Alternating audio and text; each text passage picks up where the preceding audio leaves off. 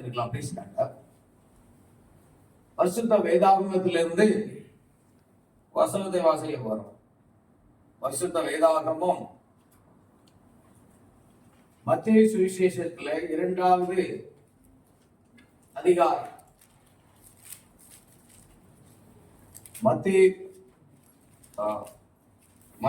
லூக்கா எழுதின சுவிசேஷம் 2ஆம் அதிகாரம். லூக்கா எழுதின சுவிசேஷம் 2ஆம் அதிகாரம்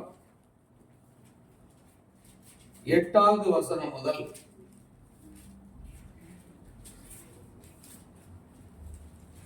14 வசனங்கள் நாம் வாசிக்க போகிறோம். யாராவது சத்தமா வாசிக்க விரும்பினால் நீங்கள் வாசிக்கலாம். லூக்கா எழுதின சுவிசேஷம் 2ஆம் அதிகாரம்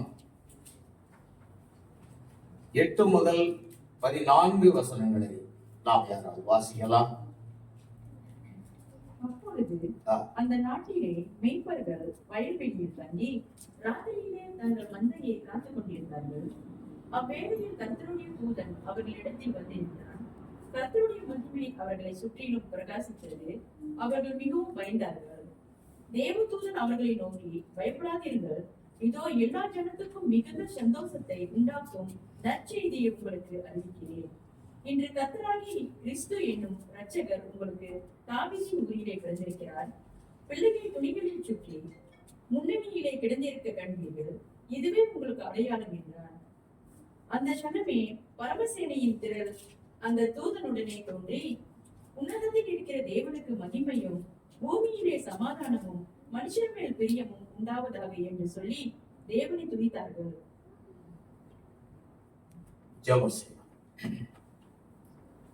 அன்பின் பரலோக பிதாவே, கர்த்தரும் இரட்சகருமாக இயேசு கிறிஸ்துவை நன்றியோடு துதிக்கிறோம். ஆசீர்வதிக்கப்பட்ட இந்த கால் வேளையிலும் 2 அல்லது 3 பேர் என்னுடைய நாமத்தினாலே எங்கு கொடியிருத்தீர்களோ நடுவில் நான் இருக்கிறேன் என்று சொல்லி வாக்களித்திருக்கிறேன். உங்களுடைய வார்த்தையின்படி நாங்கள் கர்த்தராகிய இயேசு கிறிஸ்துவின் நாமத்தில் கூடி வந்திருக்கிறபடியால் நீர் எங்கள் மத்தியில் வந்திருக்கிறேன். நேற்று கொண்டாடின அந்த குழந்தை இயேசு நாளில் நீர் மணவாளனாக எங்கள் மத்தியில் வந்திருக்கிறேன் என்று நாங்கள் விசுவாசிக்கிறோம்.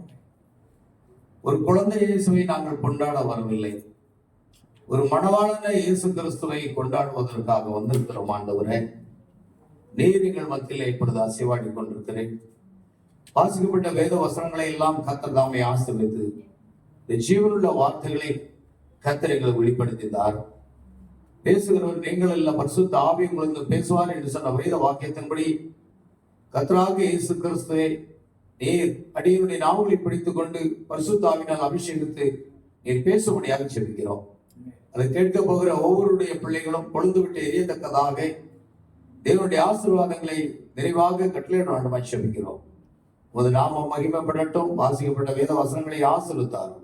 வாசித்த உங்களுடைய மகளையும் கூட ஆசீர்வதியும். சகல துதி கன மகிமை யாவற்றையும் உமக்கு செலுத்துகிறோம். கர்த்தராகிய இயேசு கிறிஸ்துவின் நாமத்தில் கேட்கிறோம் பிதாவே, ஆமென். நமக்கு இன்றைக்கு நாம முக்கிய பாகம் என்ன, இயேசு கிறிஸ்துடைய முதலாம் வருகை எப்படி இருந்தது அப்படின்னு பார்க்கிறோம். இரண்டாம் வருகை, அடுத்து 3 வருகை. 3 முறை இயேசு வருகிறார்.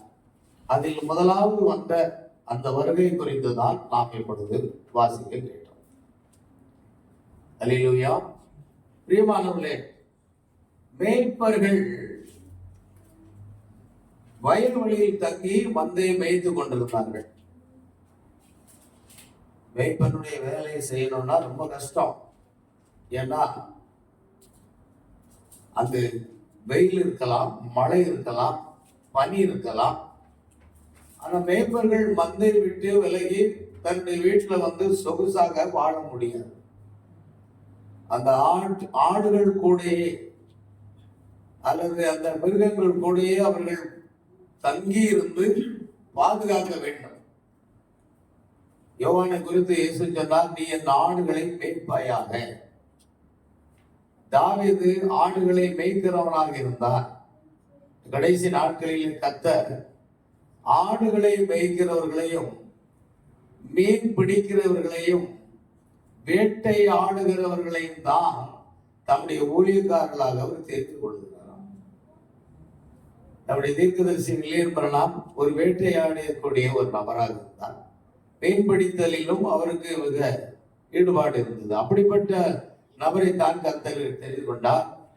அவர்களுடைய கல்வியையோ அறிவையோ ஞானத்தையோ அல்ல எந்த ஒரு காரியத்தையோ அவர் தெரிந்து கொள்ளவில்லை. முற்றிலுமாக அவர் தெரிந்து கொள்வது என்றால் நம்மிடத்திலே அவர் எதிர்பார்க்கிறது ஒன்றே ஒன்றுதான், நாம் அவரை முழுமையாக நேசிப்பது ஒன்று. இயேசு கிறிஸ்துவை நாம் முழுமையாக நேசிக்கிறோமா என்ற ஒரு காரியத்தை மாத்திரம் ஏற்றுக்கொண்டு நம்மை அழைக்கிறார். அடுத்து அவருடைய சொல்லுக்கு நாம் கீழ்ப்படுகிறோமா அதையும் அவர் எதிர்பார்க்கிறார். இந்த இரண்டு காரியத்தை பார்க்கிறீங்கன்னா, நம்ம கடைசி கால தீர்க்கதரிசியாக வில்லியம்பரனாமுக்கு உலக பிரகாரமான எந்த கல்வியோ அறிவோ ஞானமோ எதுவுமே இல்லை.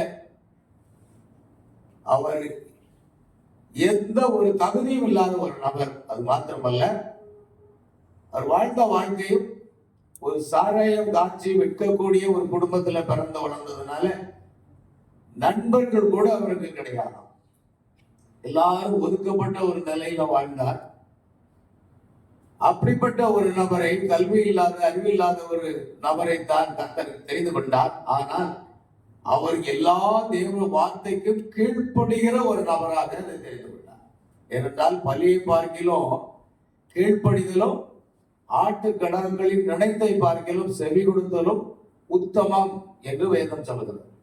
அப்படின்னா இன்னைக்கு தேவன் நம்ம இடத்துல எதிர்பார்க்கிறது நாம் எவ்வளவு கற்றுக்கொண்டோம் என்று அவர் கேட்க போறதில்லை.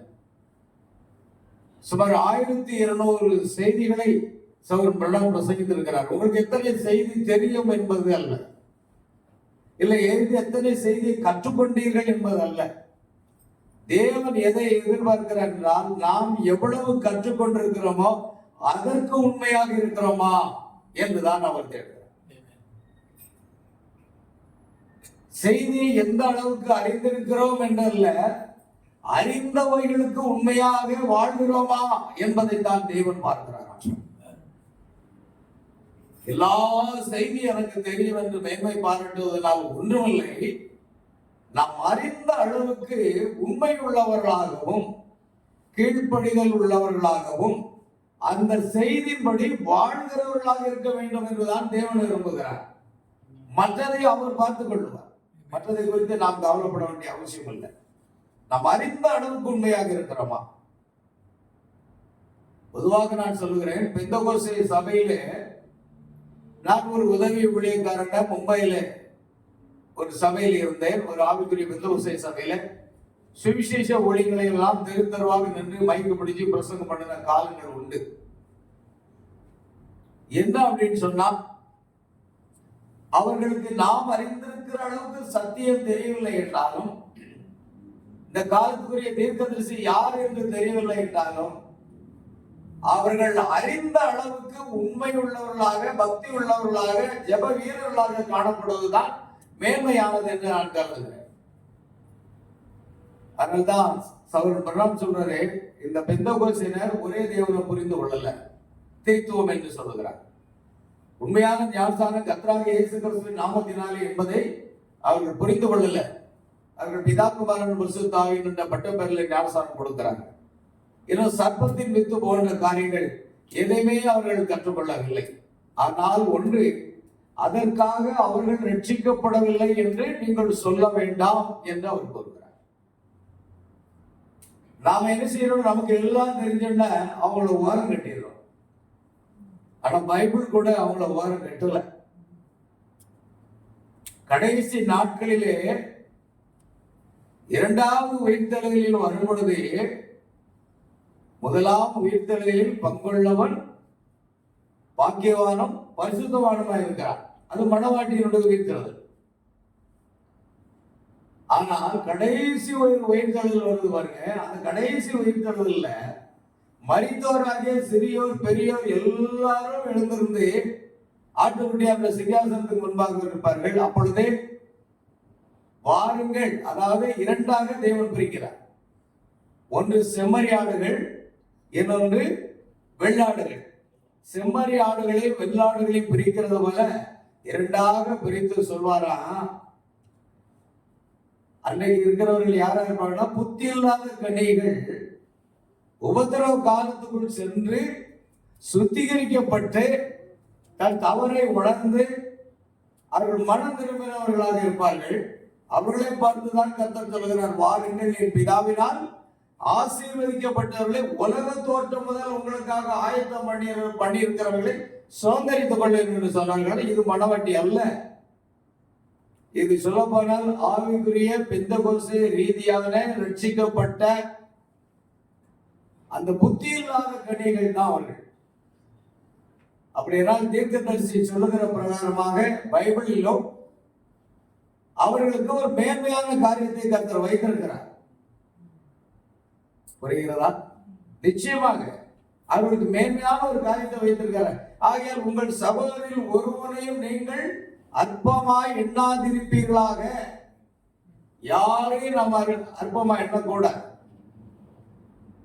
உதாரணமாக கல்லூரியில் படிக்கிற ஒரு மாணவனுடைய பெயரும் ஸ்டூடெண்ட், பள்ளியில் படிக்கிற ஒரு மாணவன் 8ஆம் வகுப்பு படிக்கிற ஒரு மாணவனுடைய பெயரும் ஸ்டூடெண்ட் தான்.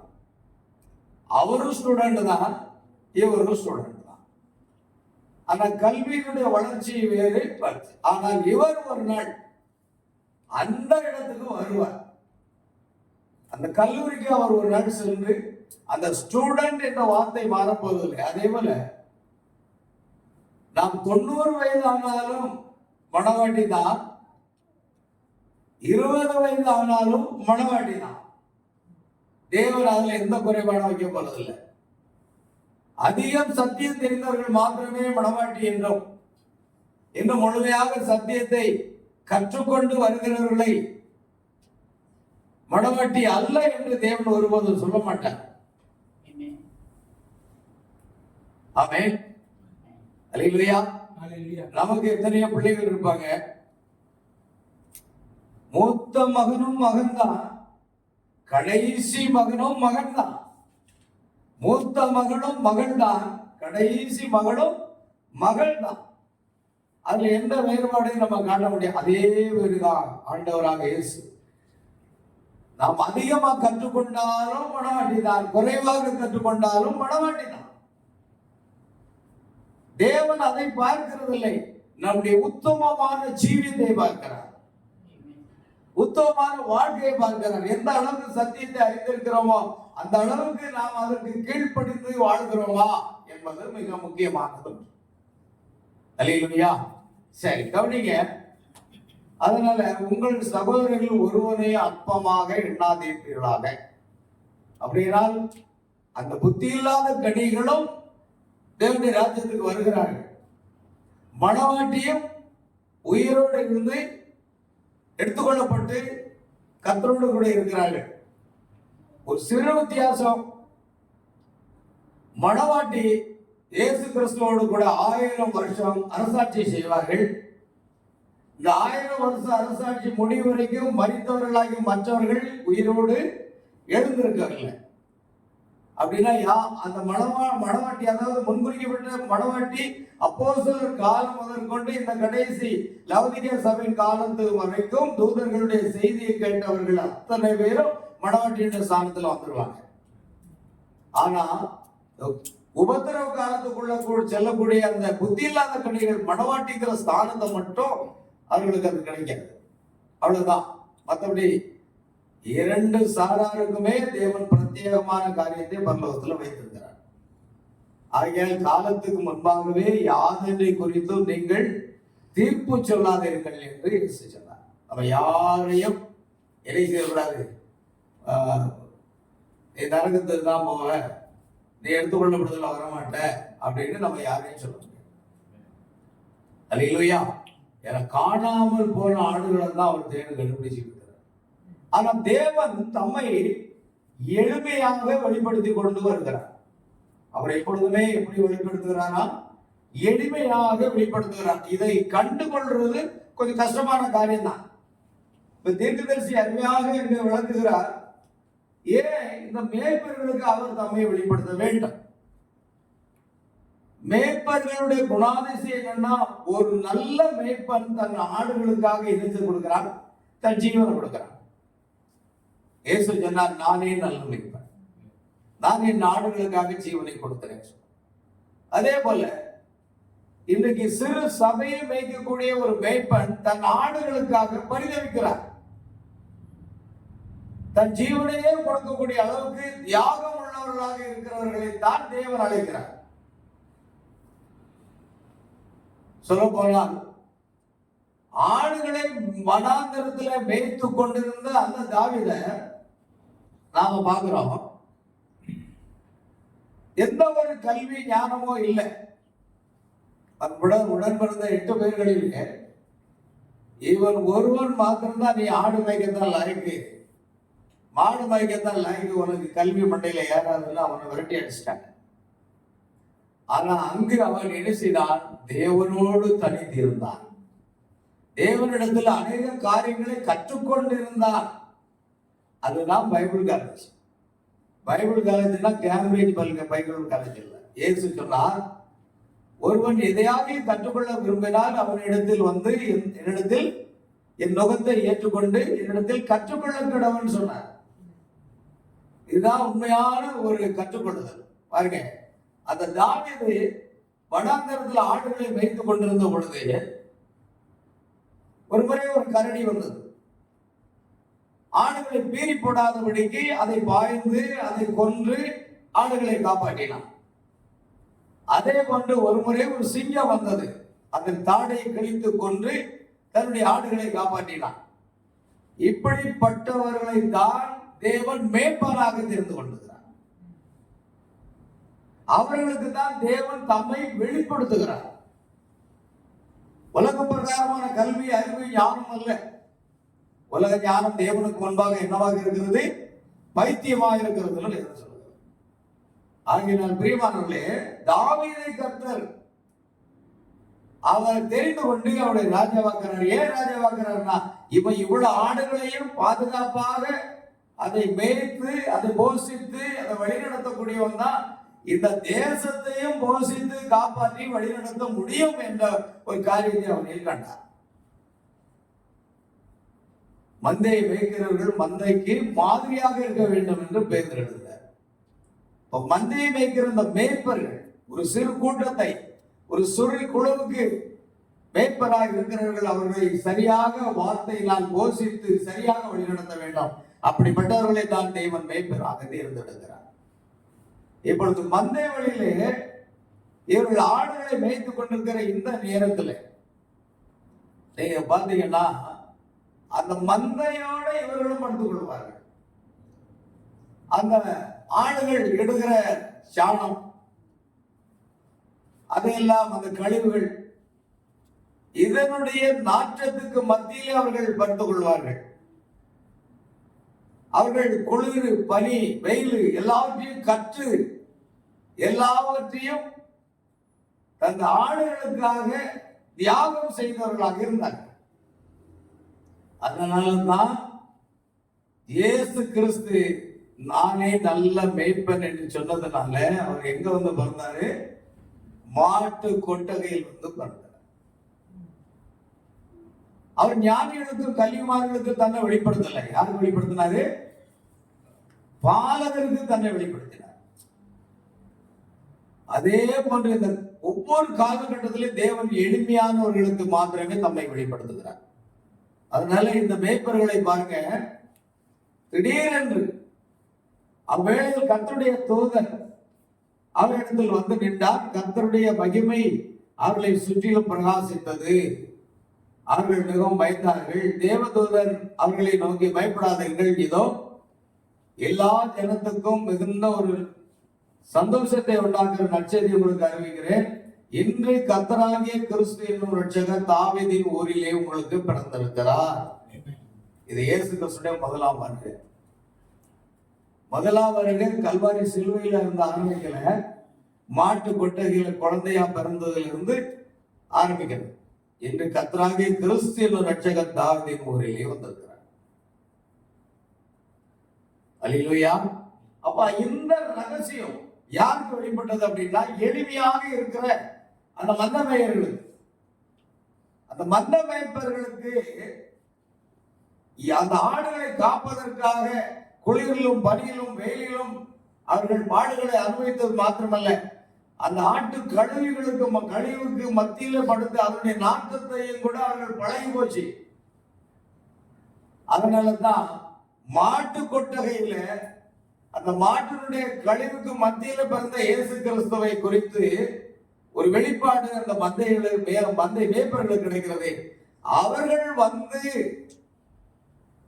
பிள்ளையை துணைகளில் சுற்றி முன்னணியில் கிடைக்க கண்டார்கள், அவர்களை பணிந்து கொண்டார்கள். அவர்களுக்கு எந்த நாற்றமும் எடுக்கல. ஏன்னா ஏற்கனவே பழகினவர்கள், ஏற்கனவே கஷ்டங்களை அனுபவித்தவர்கள், ஏற்கனவே பாடுகளை அனுபவித்தவர்கள். வேதவசனம் சொல்லுது, நாம் அவரோடு கூட பாடுபட்டால் அவரோடு கூட என்ன செய்ய முடியும்? ஆளுகை செய்ய முடியும். ஆனா இயேசு நமக்காக என்ன செய்தார்? பாடுகளையும் கஷ்டங்களையும் துன்பங்களையும் வேதனையும் அவரும் சகித்துக் கொண்டார். ஆகையால் மந்தையில் உள்ள மேய்ப்பர்களுக்கு அது வெளிப்படுத்தப்பட்டதாக இருந்தது ஒரு சிறு கூட்டம். ஒருவேளை அந்த வேத பாரகர்களுக்கும் அண்ணா காய்பா போன்ற எல்லா ஆசாரியர்களுக்கும் அது வெளிப்படுத்தி இருந்தால், அந்த நாட்டம் எடுத்த அந்த இடத்தில் வந்து ஒரு காலம் தரித்திருந்து இயேசு கிறிஸ்துவை அவர்கள் வணங்கி இருக்க வாய்ப்பே இல்லை. ஏனென்றால் அந்த இடத்துக்கு அவர்கள் வரமாட்டார்கள். யோசித்து பாருங்கள், அந்த இடத்துக்கு என்ன செய்ய மாட்டாங்க? வரமாட்டாங்க. ஆனா மந்தை மேய்ப்பர்கள் அவர்கள் எந்த பாதிப்பை ஏற்படுத்தலை, ஏற்கனவே பழகினவர்கள். அதே போலதான் வேதவசனம் சொல்றது, நீங்கள் தேவனாலே போதிக்கப்பட்டிருப்பீர்கள். நம்ம இன்றைக்கு நேற்றில் பிரணம் தீர்க்கதரிசி பிரணம் தான் அப்படின்னு அறியறதுக்கு முன்னால, அல்லது கர்த்தராக இயேசு கிறிஸ்துவின் நாமத்தில் ஞானஸ்நானம் பெறுவதற்கு முன்பாகவே நாம் தேவனாலே என்ன செய்யப்பட்டிருக்கிறோம்? போதிக்கப்பட்டிருக்கிறோம். என்னிடத்தில் வருகிற எவனும் தேவனாலே போதிக்கப்பட்டு அவரிடத்தில் கற்றுக்கொண்டு என்னிடத்தில் வருகிறான்னு சொல்றார். அப்போ உலக தோற்றத்துக்கு முன்பாக முன்குறித்தவர் நாம் எல்லாம் ஒரே தேவனா நமக்கு தெரியும், ஞானஸ்நானமா நமக்கு தெரியும், சர்ப்பத்தில் விட்டா நமக்கு தெரியும், இந்த காலத்துல 7ஆம் தூதன் வில்லியம் பண்ணாமா நமக்கு தெரியும். ஏன்னா நாம் தேவனாலே ஏற்கனவே போதிக்கப்பட்டிருந்தோம். அவரிடத்தில் கேட்டு கற்றுக்கொள்ளுகிறவன் என்னிடத்தில் வருகிறான். அப்படிப்பட்டவர்கள் இன்றைக்கு கன்ஃபார்ம் பண்றாங்க. அவ்வளவுதான். ஏற்கனவே போதிக்கப்பட்ட காரியத்தை உறுதி கொள்ளுதல், உறுதி கொண்டு உடனடியாக நம்மிடத்தில் வார்த்தை வரும் பொழுது என்ன செய்கிறோம்? கர்த்தராகிய இயேசு கிறிஸ்து நாமத்தில் ஞானஸ்நானம் பெற வேண்டும் என்று சொன்ன இந்த வார்த்தையை ஏற்றுக்கொண்டு அப்படியே ஞானஸ்நானம் பெறுகிறோம். அதே மட்டும் சர்ப்பத்தின் வித்துக்கு ஏன் எதற்கான கேள்வி கேட்க உடனே நாம் ஆமென் சொல்லி ஏற்றுக்கொள்கிறோம். இவர்தான் வில்லியம் பிரண்டம் 7ஆம் சபையின் செய்தியாளர் என்றால் நாம் அப்படியே ஏற்றுக்கொள்கிறோம். காரணம், ஏற்கனவே நாம் போதிக்கப்பட்டிருந்தது. கிறிஸ்துக்குள்ளாக உலகத்தோடு முன்பாக நம்ம முன்குறித்து நம்மை போதித்திருக்கிறார். அதனால யாவரிடத்தில் கேட்டு கற்றுக்கொள்கிறவன் எவனை இடத்துல வருகிறான். இப்ப நாம முற்றிலும் என்ன செய்யறோம்? அந்த வார்த்தைகளை சரியான நேரத்துல வரும். கத்தோலிக்க சபையில பணி எடுத்துக் கொண்டும் புகையெடுத்துக் கொண்டு இருக்கிற நான் இந்த கடைசி காலத்தை செய்திக்குள்ளாக எப்படி வர முடிந்தது? அது நான் அல்ல, அது நீங்கள் அல்ல. தேவன் உலக தோற்றத்துக்கு முன்பாகவே உங்கள் முன்குறித்தார், உங்களை தெரிந்து கொண்டார், உங்களை அழைத்தார், உங்களை நீதிமான்களாக்கினார், உங்களை மகிமைப்படுத்தி இருக்கிறார். பலத்தினாலும் அல்ல, பராக்கிரமத்தினாலும் அல்ல, ஆனால் முன்குறிக்கப்பட்டவர்கள். அப்ப இந்த முன்குறித்தலை பற்றி நான் அதிகமாக அறிந்து கொண்டதே தீர்க்கதரிசி செய்தியில்தான். முன்குறித்தல் என்றால் என்னவென்றே எனக்கு தெரியாது. பெந்தகோஸ்தே சபையிலே நான் ஒரு உதவி ஊழியக்காரனாக இருந்திருக்கிறேன் மும்பையில். ஆனால் முன்குறித்தல் என்ற காரியம் என்னவென்று கூட தெரியாத பட்சத்துல அந்த முன்குறித்தல் என்றால் என்ன என்பதை கற்றுக்கொள்வதற்கு இந்த செய்தி மூலமாக. ஆகையால் தேவன் நம்மை முன்குறித்தார், நம்மை அழைத்திருக்கிறார். அது மிக முக்கியமான ஒன்று. ஆகையால் அவர் முன்குறித்தார், அவர் அழைக்கிறார், அவர் நீதிமானாக்கிறார், அவர் மேன்மைப்படுத்துகிறார். சரி, இப்பொழுது நான் இந்த காரியத்துக்கு வர விரும்புகிறேன். அதாவது ஏன் அவர் மேய்ப்பர்களுக்கு வெளிப்படுத்தினார் என்பதை நம்ம புரிந்து கொண்டோம். ஏனென்றால் ஏற்கனவே அவர்கள் கற்றுக்கொண்டவர்களாக இருந்தார்கள், அனுபவம் மிக்கவர்களாக இருந்தார்கள். கல்வியில் அல்ல, உலக ஞானத்தில் அல்ல, அவர்கள் எதிலே கற்றுக்கொண்டவர்களாக இருந்தார்கள்? அந்த மந்தை எப்படி மேய்ப்பது என்பதை கற்றுக்கொண்டார்கள். கிறிஸ்துவானவர் எங்கே பிறப்பார்? அந்த மிக 5:2 சொல்லப்பட்டிருக்கிறது, பெத்லகேமே நீ யூதாவில் உள்ள சிறியதாக இருந்தாலும் இஸ்ரவேலை ஆள போகிறவர் அவ்விடத்திலிருந்து புறப்பட்டு இவ்விடத்துக்கு வருவார்கள் எழுதியிருக்கிற பிரகாரமாகவே அவர் வந்தார். ஆகையிலே கடைசி நாட்களில் பிரியமானவர்கள், ஒரு எளிமையான ஜனங்கள் இந்த செய்தியை புரிந்து கொள்வார்கள். எல்லாரும் புரிந்து கொள்ள முடியாது. முதலாம் வருகை அப்படின்னு சொன்னா, முதல் அவர்கள் எப்படி வருகிறார் என்றால் ஒரு குழந்தையின் ரூபத்தில் வருகிறார். ஒரு குழந்தையாக வரும் பொழுது, இன்று கர்த்தராகிய கிறிஸ்து என்ற ரட்சகர் தாவீதின் ஊரிலே உங்களுக்கு பிறந்திருக்கிறார். அதாவது தாவீதின் ஊரிலே அவர் வந்திருக்கிறார். அந்த ரகசியங்களை மேற்பர்கள் கற்றுக்கொண்டது போல இந்த கடைசி காலத்திலேயே அவர் லூக்கா 17:30 அவர் மீண்டும் வருவதாக வாக்களித்திருக்கிறார். அப்படின்னா அவர் இந்த கடைசி நாட்களில் நம் மத்தியில் அவர் வெளிப்படுத்துவார். நான் பார்க்கிற பிரியமானவர்களே, ஒரு அனுபவத்தோட கூட தான் அவர்கள் வருகிறதை நாம் பார்க்கிறோம். அனுபவம் இல்லாமல் நாம் அதை கற்றுக்கொள்ளவே முடியாது என்பதை நாம் உறுதியாக அறிந்து கொள்ள வேண்டும். அல்லேலூயா. நான் சிம்பிளா அந்த பாயிண்ட் சொல்லிட்டு உங்களுக்கு புரிய முடியுமா அதை விளக்கி கொடுக்குறேன். சரி, இப்போ 3 காரியங்களை நம்ம இப்போ முதலாவது அவருடைய வருகை அது குழந்தையிலிருந்து ஆரம்பிக்கிறது. இப்பொழுது அவர் எதற்காக வந்தார்? ஒரு ஊழியத்தை செய்வதற்காக வந்தார். அவருடைய 3 வருகை என்பதை குறித்து தீர்க்கதரிசி அருமையான ஒரு காரியத்தை சொல்லுகிறார். ஒரு 3 வருகை. இந்த 3 வருகையை குறித்து பார்த்தீங்கன்னா, அவர் 3 முறை வருகிறார். 3 முறை இயேசு வருகிறார். முதலாம் முறை வரும் பொழுது அவர் அருமையில் ஒரு வார்த்தை சொல்றாரு, கடைசி நாட்களில லூக்கா 17:30 படி இயேசு கிறிஸ்துவானவர் நாம் ஜீவித்துக் கொண்டிருந்த இந்த நாட்களை குறித்து லூக்கா 17:30 சொல்றார். லோத்தின் நாட்களில் நடந்தது போல மனுஷகுமார் வரும் காலத்தில் நடக்கும். இந்த கடைசி காலத்தில் அவர் மனுஷகுமாரனாக இறங்கி வந்து தம்மை வெளிப்படுத்தணும். எப்படி முதலாம் வருகையை அநேகர் அறிந்து கொள்ளவில்லை, அதே போல 2ஆம் வருகையும் அநேகர் என்ன செய்ய முடியாது, அறிந்து கொள்ள முடியாது. அதற்காக முன்குறிக்கப்பட்ட ஒரு சிறிய ஒரு கூட்டம் மட்டும்தான் அதை அறிந்து கொள்வார். முதலாம் வருகையை அநேகர் அறிந்து கொள்ளல. பெரிய பெரிய கல்விமான்களோ வேத பாரகரோ பரிசேயரோ யாருமே அதை அறிந்து கொள்ள முடியவில்லை. அதற்கு மாறாக அவரை சிலுவையில் அறைய வேண்டும் என்று அவர்கள் என்ன செய்தாங்க அப்படின்னா கூச்சலிட்டார்கள். சிலுவை மரணத்துக்கு ஒப்பு கொடுத்தார்கள். அதே போல 2ஆம் வருகை அந்த நேரத்தில் அவர் தன்னை வெளிப்படுத்த வேண்டும். முதலாவது முறை பாருங்கள், அவர் சொல்றாரு 3 முறை அவர்கள் வருகிறார். 3 பெயர்களில் வருகிறார். முதலாவது மனுஷகுமாரன், 2வது தாவீதின் குமாரன், 3வது தேவகுமாரன், 3வது தாவீதின் குமார். 3 குமாரர்கள் என்னும் நாமத்தில் வருகிறார். முதலாவது வருவது அவர் மனுஷகுமாரன் வருகிறார். 2வது தேவகுமாரனாக வெளிப்படுத்துகிறார். 3வது தாவீதின் குமாரனாக. 3 குமாரர்கள், 3 முறை அவருடைய வருகை இருக்கின்றது.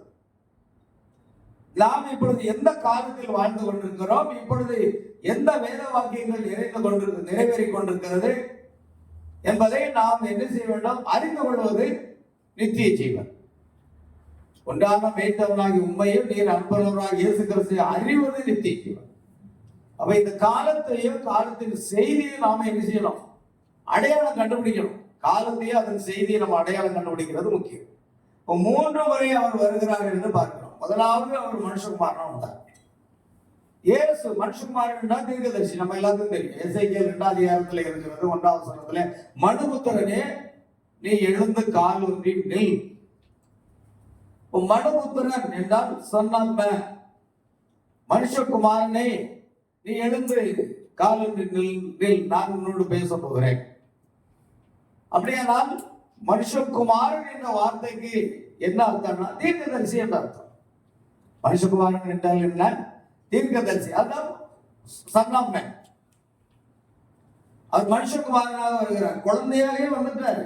குழந்தையாக வந்து 12 வயது தன் தகப்பனுக்கு தச்சு வேலையில உதவியாக இருந்து பின்பு தேவாலயத்துக்கு, எருசலேம் தேவாலயத்துக்கு போய் 12 வயதுல அவர் அங்கு போதகம் பண்ண துவங்கி விட்டார். அவருடைய ஊழியம் தான் ஆரம்பிக்கல. அவர் எதற்காக வந்தார் என்றால் ஒரு ஊழியத்தை செய்வதற்காக வந்தார். ஆனால் அவர் குழந்தையின் ரூபத்திலிருந்து 12 வயதாகி இன்னும் ஞானஸ்நானம் வரல, குழந்தைகளுக்கு ஞானஸ்நானம் கொடுக்கல. 12 வயசு ஆனவரும் தெளிப்பு ஞானஸ்நானம் கொடுக்கல. ஒரு குழந்தை ஞானஸ்நானம் இல்லை, ஒரு தெளிப்பு ஞானஸ்நானமும் இல்லை. ஆனால் ஏறக்குறைய 30 வயது ஆகும்போது அவர் ஞானஸ்நானம் பெற்றுக் கொண்டார். அல்லேலூயா. 30 வயது ஆகிறது. ஏனென்றால் விசுவாசம் உள்ளவராக ஞானஸ்நானம் பெற்றவர் ரட்சிக்கப்படுவார். விசுவாசம் என்பது பாவம்னா என்ன, அக்கிரமம்னா என்ன, பரிசுத்தம்னா என்ன, நன்மை என்ன, தீமை என்ன, இது அறிந்த பிற்பாடு பாவரிக்கை செய்து எடுக்கிறது தான் ஞானஸ்நானம் என்பதை நாம் கற்றுக்கொண்டோம். அதுவும் கர்த்தராகிய இயேசு கிறிஸ்து நாமத்தில். ஏனென்றால் உங்களில் கிறிஸ்துவுள்ளாக ஞானஸ்நானம் பெற்றவர்கள் எத்தனை பேர்களோ அத்தனை பேர்களோ கிறிஸ்துவை தரித்துக் கொண்டீர்களே. நாம் அந்த கிறிஸ்துவை தரித்துக் கொள்ளும்படியாக கர்த்தராகிய இயேசு கிறிஸ்து நாமத்தில் ஞானஸ்நானம் பெற்றுக் கொள்கிறோம். அது அப்போஸ்தலர் 2:38, அப்போஸ்தலர் 8:15, அப்போஸ்தலர் 10:48, அப்போஸ்தலர் 19:5 எல்லா இடங்களிலும் காணப்படுகிறது. ஆகையால் வேத வசனத்தின் ஆதாரத்தோடு நாம் அதை பெற்றுக்கொண்டோம். ஆகையால் பிரியமானவர்களே, குழந்தைகளை இயேசு பிறந்த உடனே அவருக்கு ஞானஸ்நானம் கொடுக்கல. 12 வயதுல போதகம் பண்ணும்போது ஞானஸ்நானம் கொடுக்கல. அவர் ஏற்கனவே 30வது வயதுல ஞானஸ்நானம் பெற்று ஆவியானவர் வராந்தரத்துக்கு கொண்டு போய்விட்டு அங்கிருந்து கொண்டு வரப்பட்டு அவர் என்ன செய்யறாருன்னா, அவர் அந்த சமயத்துல தான் ஞானஸ்நானம் பெற்று கொண்டு போகப்படுகிறார். ஏற்கனவே அவர் ஞானஸ்நானம் பெறும்போது 30 வயது. ஆகையால் இது எல்லாம் அவருடைய முதலாம் வருகையின் போது நடைபெறக்கூடிய காலகட்டங்கள். இந்த காலகட்டங்கள் முடிந்து தம்முடைய 30வது வயதில ஞானஸ்நானம் பெற்று பரிசுத்தாவின் அபிஷேகம் பெற்று வனாந்தரத்துல போய் 40 நாட்கள் உபவாசம் இருந்து வந்த பிற்பாடு சாத்தானை ஜெயிக்கக்கூடிய ஒரு சூழ்நிலைக்கு தேவை. ஆகையால் என்ன செய்கிறார்? சாத்தானால் சோதிக்கப்படும் பொழுது சாத்தானை அவர் ஜெயித்து விடுகிறார். 3 காரியத்துல: கண்களின் இச்சை, மாம்சத்தின் இச்சை, ஜீவனத்தின் பெருமை என்ற 3 காரியத்துல அவர் ஜெயிக்கிறார். நீ தேவனுடைய குமாரனானால் என்ன செய்யும்? இந்த கல்லுகளை அப்பங்களாகி சாப்பிடும். மனுஷன் அப்பத்தினாலே மாத்திரமல்ல, தேவனுடைய வாயிலிருந்து புறப்படும் ஒவ்வொரு வார்த்தையினாலும் படைப்பார். 2வது காரியத்தை நம்ம பார்க்கிறோம். என்னவா அப்படின்னு சொன்னா, தேவாலயத்தின் உப்பருகிலே கொண்டு போய் நீ தாழ புதியும் உம்முடைய தூதர்கள் உம்முடைய பாதம் கல்லில் இடராதபடிக்கு கரங்களில் ஏந்து கொண்டு போவார்கள் என்று எழுதியிருக்கிறது.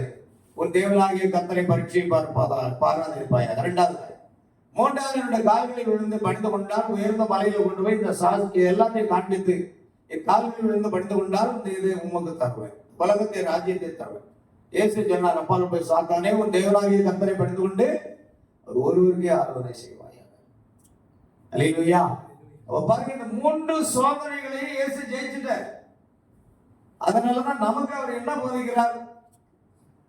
கண்களின் நிச்சயம், மாம்சத்தின் நிச்சயம், ஜீவனத்தின் பெருமை இது தேவனால் உண்டானதல்ல, இது உலகத்தினால் உண்டானது. பெருமை கூட இருக்கக்கூடாது. எனக்கு எல்லாம் சத்தியம் தெரியும், நான் கடைசி கால செய்தி அப்படியே விட்டு வைப்பேன் என்று சொல்வார்கள். ஆனால் சத்தியம் தெரியும் என்று சொன்னாலே அவர்களுக்கு இன்னும் சரியான பவுண்டேஷனோட தெரியல. ஏன்னா பைபிள் சொல்லுது, பைபிள் நீங்க பாத்தீங்கன்னா, ஒருவன் சகலத்தையும் அறிந்தவன் என்று எண்ணினால் அவன் அறியக்கூடிய பிரகாரமாக இன்னும் அறிந்து கொள்ளவில்லை. அந்த அடிப்படை சரியாக கற்றுக்கொள்ளவில்லை. அப்ப நம்ம யாருமே சொல்ல முடியாது. உலகத்தானே சொல்றான், கற்றது கையளவு கல்லாது உலகளவு. உலகம் தானே சொல்றான். நீங்க பெரிய படிப்பு படிச்சிருக்கீங்களா அப்படின்னா சொல்லுவான், இல்லப்பா கற்றது கையளவு தான், கல்லாது உலகளவு இருக்குங்க. அதே போலதான் நாம் சத்தியத்தையும் ஏதோ ஒரு கையளவு கற்றுக்கிறோம். இன்னும் கற்றுக்கொண்டே இருக்க வேண்டும்.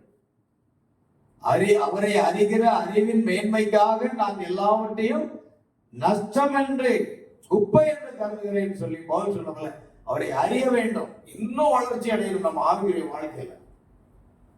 ஆகையால் பாருங்கள் பிரியமானவர்களே, அவர் நம்ம 2ஆம் முறை வரும்பொழுது தேவகுமாரனா இருக்கிறார். 1வது மனுஷகுமாரனா வரும்போது ஜனங்கள் என்ன யார் என்று சொல்கிறார்கள் என்று கேட்கும்போது அவர் சொல்றாரு, அநேகர் எல்லா ஜனங்கள் சொல்றாங்க, நீர் யோவான் என்றும் எலியா என்றும் தீர்க்கதரிசிகளில் ஒருவர் என்றும் இன்னுமாக என்ன சொல்றாங்க, பலவிதமா எரேமியா என்று சொல்கிறார், நீங்கள் என்ன யார் என்று சொல்லுகிறீர்கள்? அப்பொழுது பேதுரு சொல்றார், நீர் ஜீவனுள்ள தேவனுடைய குமாரனாகிய கிறிஸ்து. மாம்சமும் ரத்தமும் அதுக்கு என்ன செய்யல, அவனுக்கு இதை வெளிப்படுத்தல. பரலோகத்தில் இருக்கிற பிதா இதை வெளிப்படுத்தி கொடுக்கிறார் அப்படின்னு சொல்றார். இப்போ பரலோகத்தில் இருக்கிற பிதா, அதாவது ஆவியானவர் தான் எந்த வசனத்தை குறித்தும் வெளிப்பாடும் நமக்கு தர முடியும். எந்த வேதாகம கல்லூரியில் நாம் பயிற்சி பெற்றாலும் அதை கற்றுக்கொள்ள முடியாது. ஆவியானவர் வெளிப்படுத்தணும். பேருக்கு அதை வெளிப்படுத்தி கொடுக்கிறார். யோனாவின் குமாரனாகிய சீமோனே, நீ பாக்கியவான், மாம்சமும் ரத்தமும் இதை உனக்கு வெளிப்படுத்தல, பரலோகத்தில் உள்ள பிதாவே ஆவியானவரே இதை வெளிப்படுத்தி கொடுத்தார் அப்படின்னு சொல்றாரு. அது மட்டும் இல்ல, இந்த பேதர் எப்படிப்பட்டவர்? படிப்பறியாதவர் என்றும் பேதமை உள்ளவர் என்றும் என்று அப்போஸ்தலர் 4:13 எழுதியிருக்கிறது. அவருக்கு கல்வி ஞானம் இல்லை, பேதமை உள்ள ஒரு நபரா. ஆனா அவருக்கு என்ன கிடைக்கிறது என்றால் ஒரு வெளிப்பாடு கிடைக்கிறது. அந்த வெளிப்பாடு என்ன? நீர் ஜீவனுள்ள தேவனுடைய குமாரனாகிய கிறிஸ்து என்ற ஒரு வெளிப்பாடு அவருக்கு கிடைக்குது. இந்த வெளிப்பாடு அது கிடைச்சதுனால அது ஒரு மேன்மையான காரியம் என்று சொல்வதற்கு ஒன்று இல்லை. ஏனென்றால் தேவனுடைய ஆவியானவர் தான் அந்த வெளிப்பாட்டை கொடுக்கிறார். இப்ப நாம இந்த கடைசி காலத்துக்குரிய செய்தியை நாம் அறிந்து கொள்வது என்பது கல்வி ஞானத்தில் அல்ல, அது ஆவிக்குரிய ரீதியான பரிசுத்த ஆவியினாலே வெளிப்படுத்தப்பட்ட ஒரு வெளிப்பாடு தான். இதுல மேன்மை பாராட்டுவதற்கு ஒன்றுமே இல்லை. ஏன்னா அவர் வெளிப்படுத்தல நாம எதுவுமே அறிய மாட்டோம். அதனால அந்த வெளிப்பாடு கிடைக்கிறத நம்ம பார்க்கிறோம். ஆனா படிப்பறியாதவர், பேதமை உள்ளவர் என்று பயன்படுச்சு. அதே போன்று முதலாம் வருகையில ஒரு மனுஷகுமாரனாக வந்து தம்முடைய ஊழியத்தை ஆரம்பிக்கிறார். மனம் திரும்புங்கள், பரலோக ராஜ்யம் சமீபித்திருக்கிறது. அடுத்து மத்தேயு 5, 6, 7 இதெல்லாம் அவருடைய உபதேசங்களை மலை பிரசங்கத்துல சொல்றார். சவன் பிரணாம் சொல்றாரு, ஒரு மனிதன் மத்தேயு 5, 6, 7 படி வாழ்ந்தாலே அவன் எடுத்துக்கொள்ளப்படுதல போயிடலாங்கிறார். நான் எல்லா செய்தியும் அறிஞ்சாதான் போவேன் அப்படிங்கிறது இல்லை, மிக முக்கியப்படுத்தி சொல்றாரு. இந்த மலை பிரசங்கம் தான் மத்தேயு 5, 6, 7 பாருங்க. அவளுக்கு எவ்வளவு காரியங்கள், இந்த 3 அதிகாரங்களை நீங்க வீட்டுல நன்றாக தியானத்தோட படியுங்கள் என்று சவன் பிரணாம் சொல்றாரு. ஏன்னா அந்த 3 அதிகாரங்களையும் மனுஷன் எப்படி வாழ வேண்டும் என்பதை குறித்துள்ள அடிப்படை செய்தியாக தான். நம்ம மேலோட்டமா அவர் வந்துட்டாரா, அது அப்படி ஆயிட்டா, தலைகள் வந்துட்டா, இல்ல இது செய்துட்டா, அதெல்லாம் நல்லது, நான் வேண்டாம் என்று கூறவில்லை, இதெல்லாம் பார்க்கிறோம். ஆனா அடிப்படை ஜீவியம் நமக்கு இல்லாம போயிடுச்சு. நம்ம ஆராய்ந்து பார்க்கணும். மத்தேயு 5, 6, 7 படி நம்ம வாழ்க்கை முதல்ல இருக்குதா? நிலைமை இந்தியாவில இருந்து வந்திருக்காரு, ஒரு பெரிய செய்தியை கொண்டு வந்திருப்பாரு. இல்லைங்க, பெரிய செய்தின்னு சொல்லி மேன்மை பாராட்ட ஒன்று இல்லை, எல்லாம் தீர்க்கதரிசி செய்தி தான். 7ஆம் தூதனுடைய சத்தத்தின் நாட்களிலே அவன் எக்காலம் போது போகிற தேவ ரகசியம் நிறைவேறினா எல்லா செய்தியும் தீர்க்கதரிசி. அருமையான சார்ட் பாஸ்டர் போட்டிருக்காங்க, எல்லா காரியங்களையும் chart. The third coming of the Lord, the second coming of the Lord, அதை கூட பார்க்கல. நான் அதுக்கு முன்னாலே செய்தியை வந்து இங்க எடுத்து வச்சிருக்கிறேன்.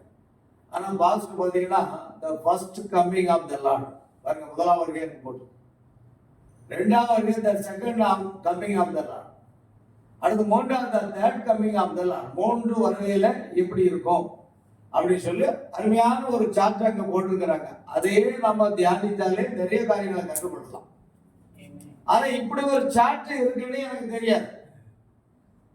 இப்படி ஒரு சார்ட் வரையப்பட்டது இப்பதான் பிரசங்கம் இடத்துல நான் பாக்குறேன். அதை கூட நான் சரியா வாசிக்கல, ஏதோ படங்கள் இருக்குன்னு கொஞ்சம் கவனமா பார்க்கும் போதுதான் 3 வருகையும் அங்க இருக்குது. இதை கூட நான் விசுவாசிக்கிறேன், இது கூட ஆவியானவருடைய செயல் தான். நம்ம சில நேரம் ஆவியாருடைய செயலை அறியாம போயிடுறோம். நான் பார்க்கிற தலைப்பு 3 வருகைகள்ங்கிற தலைப்பு இங்க கொண்டு வச்சிருக்கிறேன். 3 times he comes, 3 முறை அவர் வருகிறார். அப்படியானால் மிக அருமையான ஒரு சார்ட் இங்க போட்டு வச்சிருக்கிறத பார்க்கும் பொழுது பிரியமானவர்களே, இது முக்கியமா, இது முழுக்க பரிசுத்த ஆவியானவருடைய ஒரு செயல் என்பதை நினைத்து நாம் அவருக்கு நன்றி சொல்ல வேண்டும். முதலாம் முறை அவர் ஏன் வருகிறார்? அவர் ஒரு ஊழியத்தை செய்கிறார். 30ஆவது வயசுல ஞானஸ்நானம் பெற்றார், பரிசுத்தாவி பெற்றுக் கொண்டார். மனம் திருமகள் பரலோகராஜ்யம் சமீபத்திருக்கிறதுல பிரசவம் பண்றார். சீசர்களையும் அப்படித்தான் பிரசவம் பண்ண அவர் அனுப்புறார். பின்பு அநேக காரியங்களை, அதை மத்தேயு 5, 6, 7 மாத்திரமல்ல, அநேக காரியங்களை என் வாய் ஓமையினால் திருப்பேன், பூர்வ காலம் முதல் உண்டான மறைபொருளை வெளிப்படுத்துவேன். அநேக மறைபொருட்கள் எங்க இருக்குது அப்படின்னா பைபிள்ல ஓமைகளாக இருக்கிறது. ஆனா அவர் சொல்லி சென்ற எல்லா விதமான அந்த ஓமைகள் எல்லாம் 7ஆம் தூதனுடைய சத்தத்தின் நாட்களிலே அவர் எக்காலம் ஓத போகிறவர் தேவ ரகசியம் வெளிப்படுத்தப்படும். நமக்கு அது வரைக்கும் என்னென்ன விதைகளை பற்றியோ மற்ற காரியங்களும் இயேசு அந்த ஒன்றை மத்திய 13ஆம் அதிகாரத்தில் அந்த ஒன்று மட்டும்தான் கொஞ்சம் விவரிச்சுன்னு சொல்றாரு. ஆனா கலைகள்னா யாரு, பயிர்னா யாரு, கோதுமை மணினா யாரு, பதர்னா யாரு நமக்கு தெரியாது. ஆனா 7ஆம் தூதனுடைய செய்தி வரும் பொழுது அது எல்லாம் நமக்கு தெளிவாகிறது. ஆக எல்லா வேத ரகசியங்களும் நிறைவேறக்கூடிய காலத்தில் தான் அவர் வந்து அதை வெளிப்படுத்திட்டார். உண்மையாகவே நாம் பாக்கியவான்கள். ஏன் தெரியுமா? எல்லா வேத ரகசியங்களும் தேவன் நமக்கு வெளிப்படுத்தி கொடுத்துட்டாரு. ஆனா பேதுரு சபையை ஆரம்பிக்கக்கூடிய முதலாம் அப்போஸ்தலனாக இருந்தாலும் அவர் ஜீவனுள்ள தேவனுடைய குமாரன் கிறிஸ்து என்ற ஒரு சிறு பாகத்தை தான் வெளிப்படுத்தி கொடுத்தாரு. மேய்ப்பர்களுக்கு பிள்ளையை சுற்றி முன்னாடியில் கிடைத்திருக்க காண்பீர்கள், அந்த காலத்தை வெளிப்படுத்தி கொடுத்தார். ஆனா இன்றைக்கு மனமாட்டிக்கோ வேதத்தின் எல்லா ரகசியங்களுமே வெளிப்படுத்தப்பட்டு நமக்கு கிடைத்திருக்கிறது என்றால் அதுதான் பாக்கியம். என்ன ரகசியம் வெளிப்படல? சில கருத்துக்கள் சொல்லுவாங்க 7ஆம் முத்திரை இன்னும் உடைக்கப்படல அப்படின்னா யாருக்கும் தீர்க்கதரிசி வரணுமா? 7ஆம் முத்திரை உடைத்த போது என்ற வெளிப்படுத்தல் 8:1 சொல்லுங்க. உடைக்காம உடைத்த போது என்று வேதம் சொல்லுமா? உடைத்துட்டார். பரலோகத்துல 1/2 மணி நேரம் அமைதல், அவ்வளவுதான். அது என்னவென்று யாராலும் கண்டுபிடிக்க முடியல. ஆனால் 7ஆம் தூதனுடைய சத்தத்தினாக தேவ ரகசியம் நிறைவேறுகிறது. அவன் 7ஆம் முத்திரையை உடைத்த பொழுது 1/2 மணி நேரம் அகழ்தல் உண்டாயிற்று சொல்றார். அந்த ரகசியம் வெளிப்படுத்தப்பட்டிருக்கிறது. அதை நம்ம பிற்காலத்துல வருவோம். முன்னால நாம் முதல் வருகை பற்றி பேசுவோம். 3 வருகை இருக்குது. 3 வருகைகளில் இப்பொழுது என்ன நடந்து கொண்டிருக்கிறதை நாம கண்டுபிடிக்கிறதா கஷ்டம். அதை கர்த்தர் வெளிப்படுத்தி தருவார். அதை வெளிப்படுத்தாம நாம புரிய முடியாது. நம்முடைய கல்வி, அறிவு, ஞானம் அதை வெளிப்படுத்தி தராது. ஆவியானவர் மட்டும்தான் அதை வெளிப்படுத்தி தர முடியும். அல்லேலூயா. கவனி. ஆகையால் கடைசி நாட்களிலே லவோதிக்கேயா சபை என்பது ஐஸ்வர்யமான இருக்கிறேன், திரவிய சம்பன்னமா இருக்கிறேன், எனக்கு எந்த குறவும் இல்லை அப்படின்னு சொன்ன பொழுது கர்த்தர் சொன்னார், நீ குளிரும் இல்லை, நீ அனலும் இல்லை, நீ வெதுவெதுப்பா இருக்கிற, உன்னை என் வாயிலின்றி வாட்டி கொண்டு போடுவேன்னு சொல்றார். இந்த காலகட்டத்துல தான் ஒரு செய்தியாளர் அங்கு தோன்றி இனி காலம் செல்லாது என்று அறிவிக்கிறதை நாம் பார்க்கிறோம். 7ஆம் தூதனுடைய சத்தத்தின் நாட்களிலே அவர் எக்காலம் ஊதும்போது தேவ ரகசியம் நிறைவேறும். இப்போ 1ஆம் வருகையில் அவர் வருகிறது பார்க்கிறாங்க. அவர் 3 முறை வருகிறார். அந்த காரணத்தை நம்ம பார்க்கிறோம். இங்க அநேக காரியங்களை நாம் வச்சிருக்கிறோம். பாருங்கள், அவர் 3 முறை வருகிறார். முதலாவது மனுஷகுமாரனாக வந்தார்.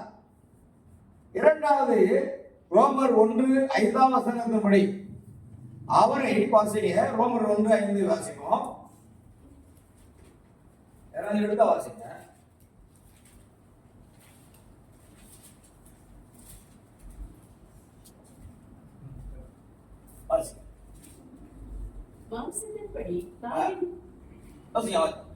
மாம்சத்தின்படி தாவீதின் சந்ததியில் பிறந்தவரும் பரிசுத்தமுள்ள ஆவியின்படி தேவனுடைய சுதன் என்றும் மரித்தோரில் இருந்து உயிர் தெளிந்ததினாலே பலமாய் ரூபிக்கப்பட்ட தேவ குமாரனுமாய் இருக்கிறார். பாருங்கள், அவர் மரித்தோரில் இருந்து எழுந்ததனாலே பலமாய் ரூபிக்கப்பட்ட தேவகுமாரனாக இருக்கிறார். அதுதான் அவருடைய 2ஆம் வருகையின் பொழுது ஆவியாக அவர் வருகிறார், தேவகுமாரனாக. 2வது அவர் தேவகுமாரனாக வெளிப்படுத்துகிறதை நம்ம பார்க்கிறோம். முதலாவது மனுஷ குமாரனாக வெளிப்படுத்தினார். அவர் அநேக ஓமங்களை பேசினார், அநேக சத்தியங்களை பேசினார். பரலோகத்துக்குள்ள அந்த காரியங்களை எல்லாம் மத்திய 25ஆம் அதிகாரம் 24ஆம் அதிகாரம் கள்ளக்கிறிஸ்துகள் எப்படி வருவார்கள், கள்ளத்தீர்க்கதரிசிகள் எப்படி வருவார்கள், எல்லாத்தையும் அவர் தம்முடைய முதலாம் வருகையில பேசிட்டு 2ஆம் வருகையின் போது நடக்கிற சம்பவங்களையும் அங்க சொல்லிட்டு போறார். தீர்க்கதரிசி பிரணாம் அழகா சொல்றாரு, 2ஆம் வருகையின் போது நடைபெறக்கூடிய அந்த காரியத்துல ஒவ்வொன்றாக இணைத்து கொண்டு மத்திய 25ஆம் அதிகாரத்துல அதை இணைத்து காமிக்கிறார். மத்திய 25ஆம் அதிகாரத்துல 1ஆம் முத்திரை, 2ஆம் முத்திரை, 3ஆம் முத்திரையினுடைய சம்பவங்களையும் முத்திரையினுடைய அந்த சம்பவங்களையும் ரெண்டையும் அவர் இணைத்து காட்டுகிறார். ஆனா 7ஆம் முத்திரை மட்டும் அங்க இல்லை அப்படிங்கிறார். அது கடைசி நாட்களில் வெளிப்படுத்தக்கூடிய காரியங்களாக முத்திரைகளை உடைக்கும் பொழுது ஒன்றொன்றாக நடக்கிறது. அப்ப அதை எல்லாத்தையும் தேவன் என்ன செய்யறாருன்னா விளக்கி கொடுக்கிறார். பரிசுத்த மனுஷகுமாரனாக இருந்தவர் இப்பொழுது தேவகுமாரனாக தன்னை வெளிப்படுத்துகிறார். 3 முறை அவர் வருகிறார். 1ஆம் முறை மனுஷகுமாரனாக வந்தார், 2ஆம் முறை தேவகுமாரனாக, அடைய 2ஆம் முறை வரும் பொழுது அவர் மனுஷகுமாரனாகவும் தம்மை வெளிப்படுத்துகிறார். அதாவது தாவீதின் குமாரனாக வருவதற்கு முன்பாக மனுஷகுமாரனாக அவர் தம்மை வெளிப்படுத்துகிறார். இது மிக முக்கியமானது. அதுதான் பிற்காலங்களில் நடக்கக்கூடிய லூக்கா 17:30 அது அவர் அருமையா சொல்ற ஒரு வார்த்தை என்னன்னா, கடைசி நாட்களில் லோத்தின் நாட்கள் நடந்தது போல மனுஷகுமாரன் வரும் நாட்களிலும் நடக்கும் என்று அவர் சொல்றதை பார்க்கிறோம். லோத்தின் நாட்களிலே ஜனங்கள் புசித்தோம், குடித்தோம், கொண்டோம், புகழ்ந்தோம். லோத்தின் நாட்களை போலவே லோத்தின் நாட்களில் பாவம் பெருகிற ஒரு காலமாக இருந்தது. உலகம் முழுவதுமாக மோசமான நிலை இருக்கும்போது கர்த்தருக்கு இறங்கி வருகிறது பார்த்தோம். அதே காலகட்டத்தில் இப்ப சொல்றது சமர்ப்பணா இன்றைக்கு உலகம் சோதம் கோமராவின் நிலையில் இருக்கிறது அப்படின்னு சொல்றாரு. அந்த காலகட்டத்தை அந்த வேத வசனங்களை ஒப்பிட்டு அதை காண்பிக்கிறார். இன்னைக்கு பாருங்க, இன்னைக்கு அதே காலம் லோத்தின் காலத்துல நாம் அதை போன்ற ஒத்த ஒரு காலத்துல வாழ்ந்து கொண்டிருக்கிறோம். பாவம் பெருகிவிட்டது, அக்கிரமங்கள் மிகுந்து விட்டது, சுபாவ அன்பு இல்லாதவர்களாக இருக்கிறார்கள் ஜனங்கள். கடைசி நாட்களில் கொடிய காலங்கள் வரும். மனுஷர்கள் தற்பிரியர்களாக, பணப்பிரியர்களாக, வீம்புக்காரர்களாக, அகைந்து உள்ளவர்களாக, இருமாப்பு உள்ளவர்களாக, தாய் தகப்பன்மார்களுக்கு கீழ்ப்படியாதவர்களாக, இணங்காதவர்களாக, அவதூறு பரப்புறவர்களாக, சுபாவ அன்பு இல்லாதவர்களாக இருப்பார்கள். அதுதான் இந்த காலம் அப்படின்னு சொல்றாரு. அப்ப நாம எங்க வந்து இருக்கிறோம் பாருங்க. இந்த நேரம் அந்த காலத்தையும் அந்த செய்தியை நம்ம அறிந்து கொள்றது அவர்களால் முன்குறிக்கப்பட்டது மட்டும்தான் அது முடியும், இல்லைன்னா முடியாது. ஆகையால் பிரியமானவர்களே, 3 காரியங்களை இப்போ தேவகுமாரனுடைய வெளிப்பாடு நமக்கு கிடைக்கப்பட்டிருக்கிறோம். ஒரு நாள் கர்த்தர் என்ன செய்கிறார்னா, ஆபிரகாம் தன் கண்களை ஏறெடுத்து பார்க்கிறார் வானத்தை நோக்கி. வானத்தை நோக்கி எதிர்பார்த்து தூரமான இடத்தை, பகலின் உஷ்ணமான இடம் நேரத்துல அவர் பார்க்கும் பொழுது வானத்தை நோக்கி அல்ல, பூமியில வெகு தொலைவை நோக்கி பார்க்கிறார். ஆபிரகாம் தன் கண்களை எடுத்து தூரமான அந்த பகலின் உஷ்ணமான வேளையில தொலைவான இடத்தை நோக்கி பார்க்கிறார். அப்பொழுது 3 புருஷர்கள் அவருடைய வீட்டுக்கு வருகிறார். ஆபிரகாம் எதிர்கொண்டு போய் கர்த்தாவே என்று அழைக்கிறார். தமிழ் பைபிள்ல ஆண்டவரே என்று எழுதியிருக்கிறது, ஆங்கிலத்தில் கர்த்தாவே ஓ லார்ட் என்று இருக்கிறது. ஆனால் எபிரேய பைபிளிலே எலோகிம் என்று எழுதியிருக்கிறது. 3 விதமாக இது காணப்படுது. ஆண்டவரே என்று நமக்கு தமிழ் பைபிள்ல ஆண்டவரே உம்முடைய கண்களில் அடியனுக்கு கிருபை கிடைத்ததானால் அடியன் வீட்டு கடந்து போக வேண்டாம், அவருடைய வீட்டுக்கு வாரும் என்று அழைத்தார். ஆனால் ஆங்கிலத்தில் என்ன இருக்கு, நீங்க வாசிக்கணும்னா ஆங்கிலத்துல ஓ லார்ட் கர்த்தாவே, கர்த்தாவே என்று அழைக்கிறார். ஆனா எபிரேயில பிரபா தீர்க்கதரிசி சொல்லும் போது அது எலோகிம் என்று சொல்லப்படுற, தேவனே மனித உருவத்துல வந்தார் அப்படிங்கிறார். தேவனே மனித ரூபத்துல வருகிறார். அவர் தம்மை 3 சரீரத்துல வெளிப்படுத்துறார். அவர் 3 சரீரம் அப்படின்னா, முதலாவது மாம்ச சரீரம். அது மரியாளுடைய கர்ப்பத்துல தேவன் ஜீவ அணுவையும் கருமுட்டையும் சிருஷித்து, சொல்ல போனால் மரியாள் இயேசுவின் தாய் அல்ல, ஒரிஜினல் தாய் இல்ல, தீர்க்க சொல்ற வாடகை தாய்ன்னு சொல்றாரு. இன்னைக்கு அநேகர் பல ஆண்டுகளாக குழந்தை பாக்கியம் இல்லைன்னா வாடகை தாய் மூலமா குழந்தை பெற்றெடுக்கிறாங்க, இல்லைன்னா அந்த டெஸ்ட் டியூப் மூலமாக பெற்றெடுக்கிறாங்க. ஆனா அதை விட எது சக்சஸ் அப்படின்னா வாடகை தாய் மூலமா பெற்றெடுக்கிறாங்க. முதலாவது இந்த டியூப்ல அந்த ஆணின் ஜீவனையும் கருமுட்டையும் எடுத்து அதுல வளர்ந்து பெண்ணின் கர்ப்பப்பைக்குள் செலுத்தி விடுகிறார்கள். பின்பு அதை வளர்ந்து அது வருகிறது. இது என்ன அப்படின்னா வாடகை தாய் பேரு. ஆனா இதாவது என்ன சொல்றேன்னா, அந்த பெண் தானாக கருத்தரிக்க முடியல, கர்ப்பப்பை வீக்கா இருக்குது, முடியல. அதனால இவருடைய பெண்ணினுடைய கருமுட்டையை எடுக்கிறார்கள். அடுத்து ஆணுடைய ஜீவனை எடுத்து அந்த டெஸ்ட் டியூப்ல என்ன செய்யறாங்க, வளர வைத்து அந்த கருவை மறுபடியும் தாயின் அந்த கர்ப்பப்பையில் செலுத்தி அவன் குழந்தை பெற்று எடுக்கிறார். அந்த அளவுக்கு விஞ்ஞானம் சாத்தியமா தொழில்நுட்பத்தில் வளர்ந்து கொண்டு வருகிறது. ஆனா இத கூட என்ன செய்ய முடியும், இந்த குழந்தைக்கு இவள் தான் தாய், இவள் தான் தகப்பன் என்று சொல்லிவிடலாம். காரணம், அந்த தாயினுடைய ஜீவ அந்த கருமுட்டையை தான் அவர்கள் எடுத்திருக்கிறார்கள், இந்த தகப்பனுடைய ஜீவ அணுவை தான் எடுத்திருக்கிறார்கள். ஆனா இயேசுவோ யோசேப்பினுடைய ஜீவ அணுவும் கிடையாது, மரியாளுடைய கருமுட்டையும் கிடையாது.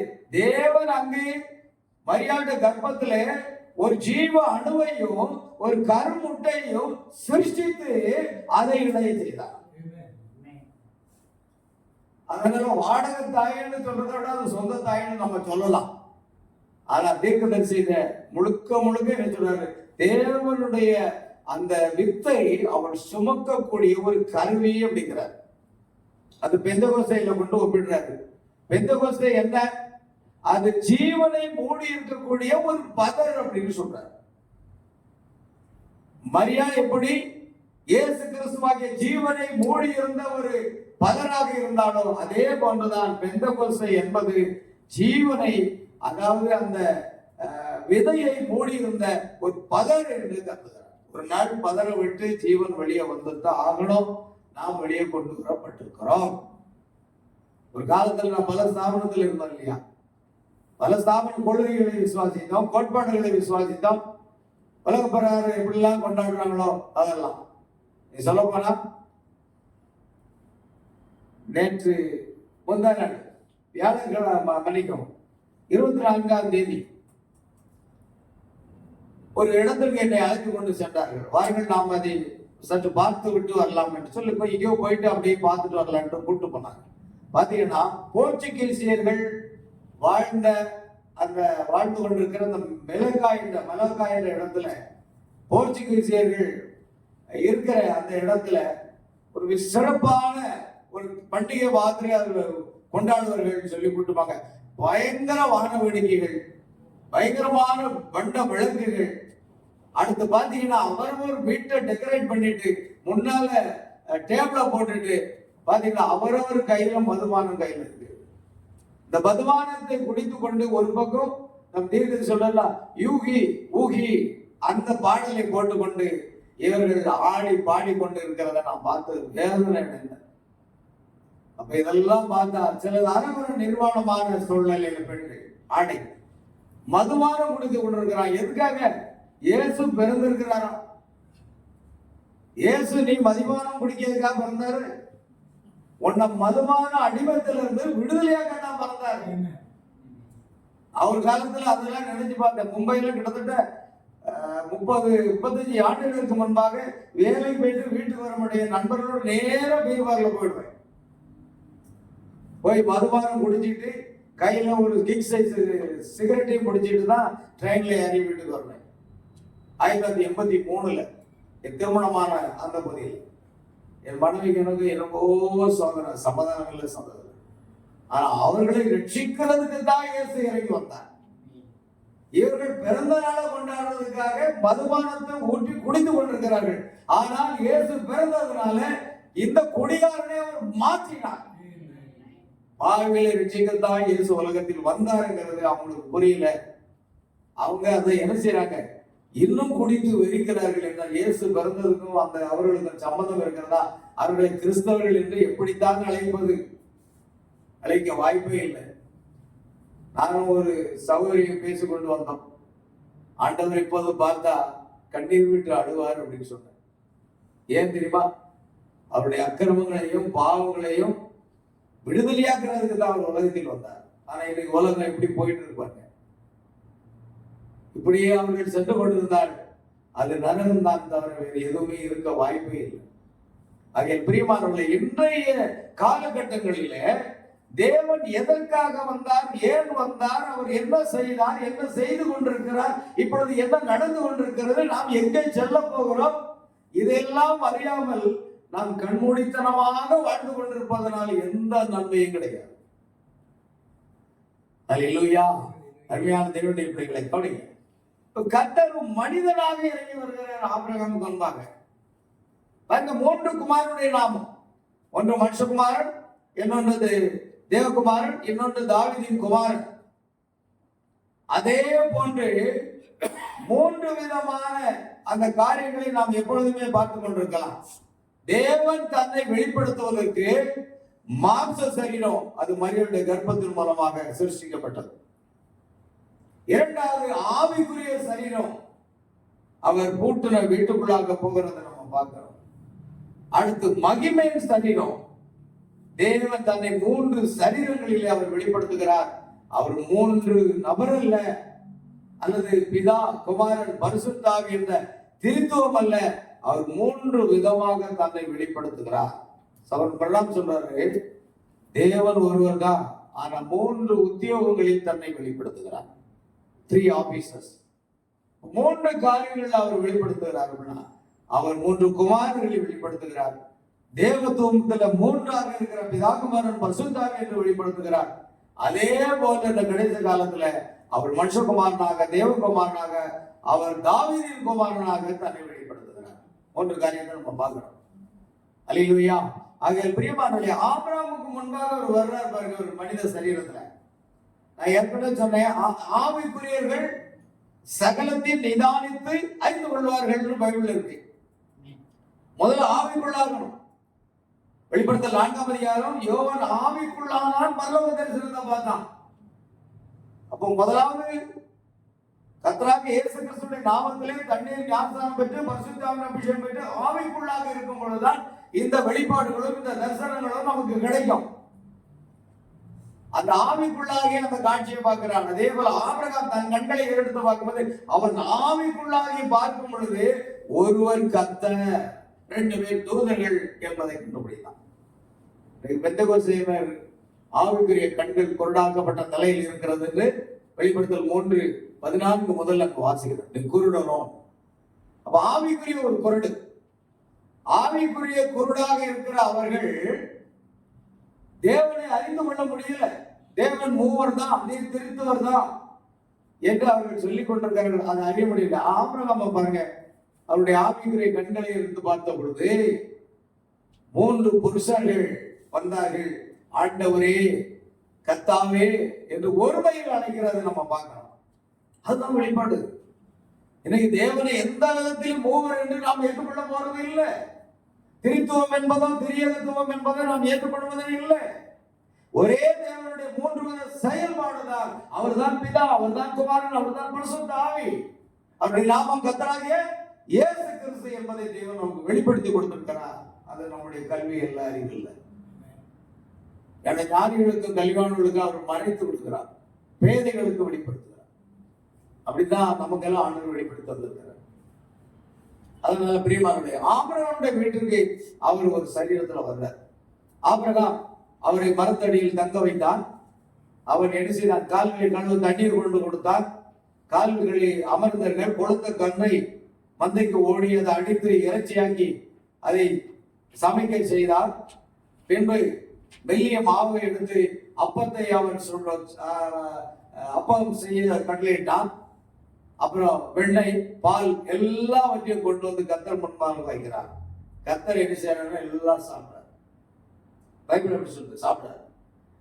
அப்படியே சொல்லிட்டு சொல்றாரு, லோத்தி நாட்கள் நடந்தது போல மனுஷகுமாரன் ஒரு நாட்களிலும் நடக்கும் அப்படின்னு இந்த கடைசி நாட்கள் நடக்கக்கூடிய சம்பவத்தை தூக்கி விட்டுருக்கிறார். தீர்க்கதரிசி அதான் சொல்றாரு. பாருங்கள், தேவகுமாரன் வெளிப்பாடு நமக்கு கிடைக்கப்பட்ட, ஆனால் ஆபிரகாமுக்கு கிடைத்த கடைசி வாக்குத்தத்தம் குமாரன் வருவதற்கு முன்னர் அல்லது பிறப்பதற்கு முன்னர் வாக்குத்தத்தம் பண்ணப்பட்ட அந்த குமாரன், வாக்குத்தத்தம் பண்ணப்பட்ட பிள்ளை காணப்படுவதற்கு முன்னர் தேவன் தாமே அங்கே சோதோமிலே ஒரு தீர்க்கதரிசியாக மனிதனாக வெளிப்படுத்தினார். அல்லேலூயா. இதை புரிந்து கொள்றது கஷ்டமான ஒரு காரியமா இருக்கலாம். ஆகையால் இப்ப நம்ம பார்க்கிறோம், இது ஆவிக்குரிய பிரகாரமாக நம்ம முதலாம் வகுப்பில் ஆரம்பிச்சு அடுத்து இந்த மணி நேரத்தில் என்ன நடைபெற்றுக் கொண்டிருக்கிறது நம்ம பார்க்கிறோம். ஆகையால் சோதோமுக்கு ஒரு தீர்க்கதரிசியாக மனிதனாக வெளிப்படுத்தினார். மனுஷகுமாரனாக வெளிப்படுத்துவது என்பது தீர்க்கதரிசியாக நமக்கு சொல்லப்பட்டிருக்கு. ஆகையால் இப்பொழுது கவனிக்கணும், மாம்சத்தில் ஒரு மனிதனாக தேவன் எலோகிம், அது அவருக்குள் இருந்த தேவத்தையும் சரீர பிரகாரமான அனைத்தும் அவருக்குள் இருக்கிற பரிபூரணங்கிறார். கொலோசியர் 2:9 வாசித்து பாருங்க. அதுல இருக்கிறது கொலோசியர் 2:9. கொலோசியர் 2:9 நம்ம வாசிக்கலாம்.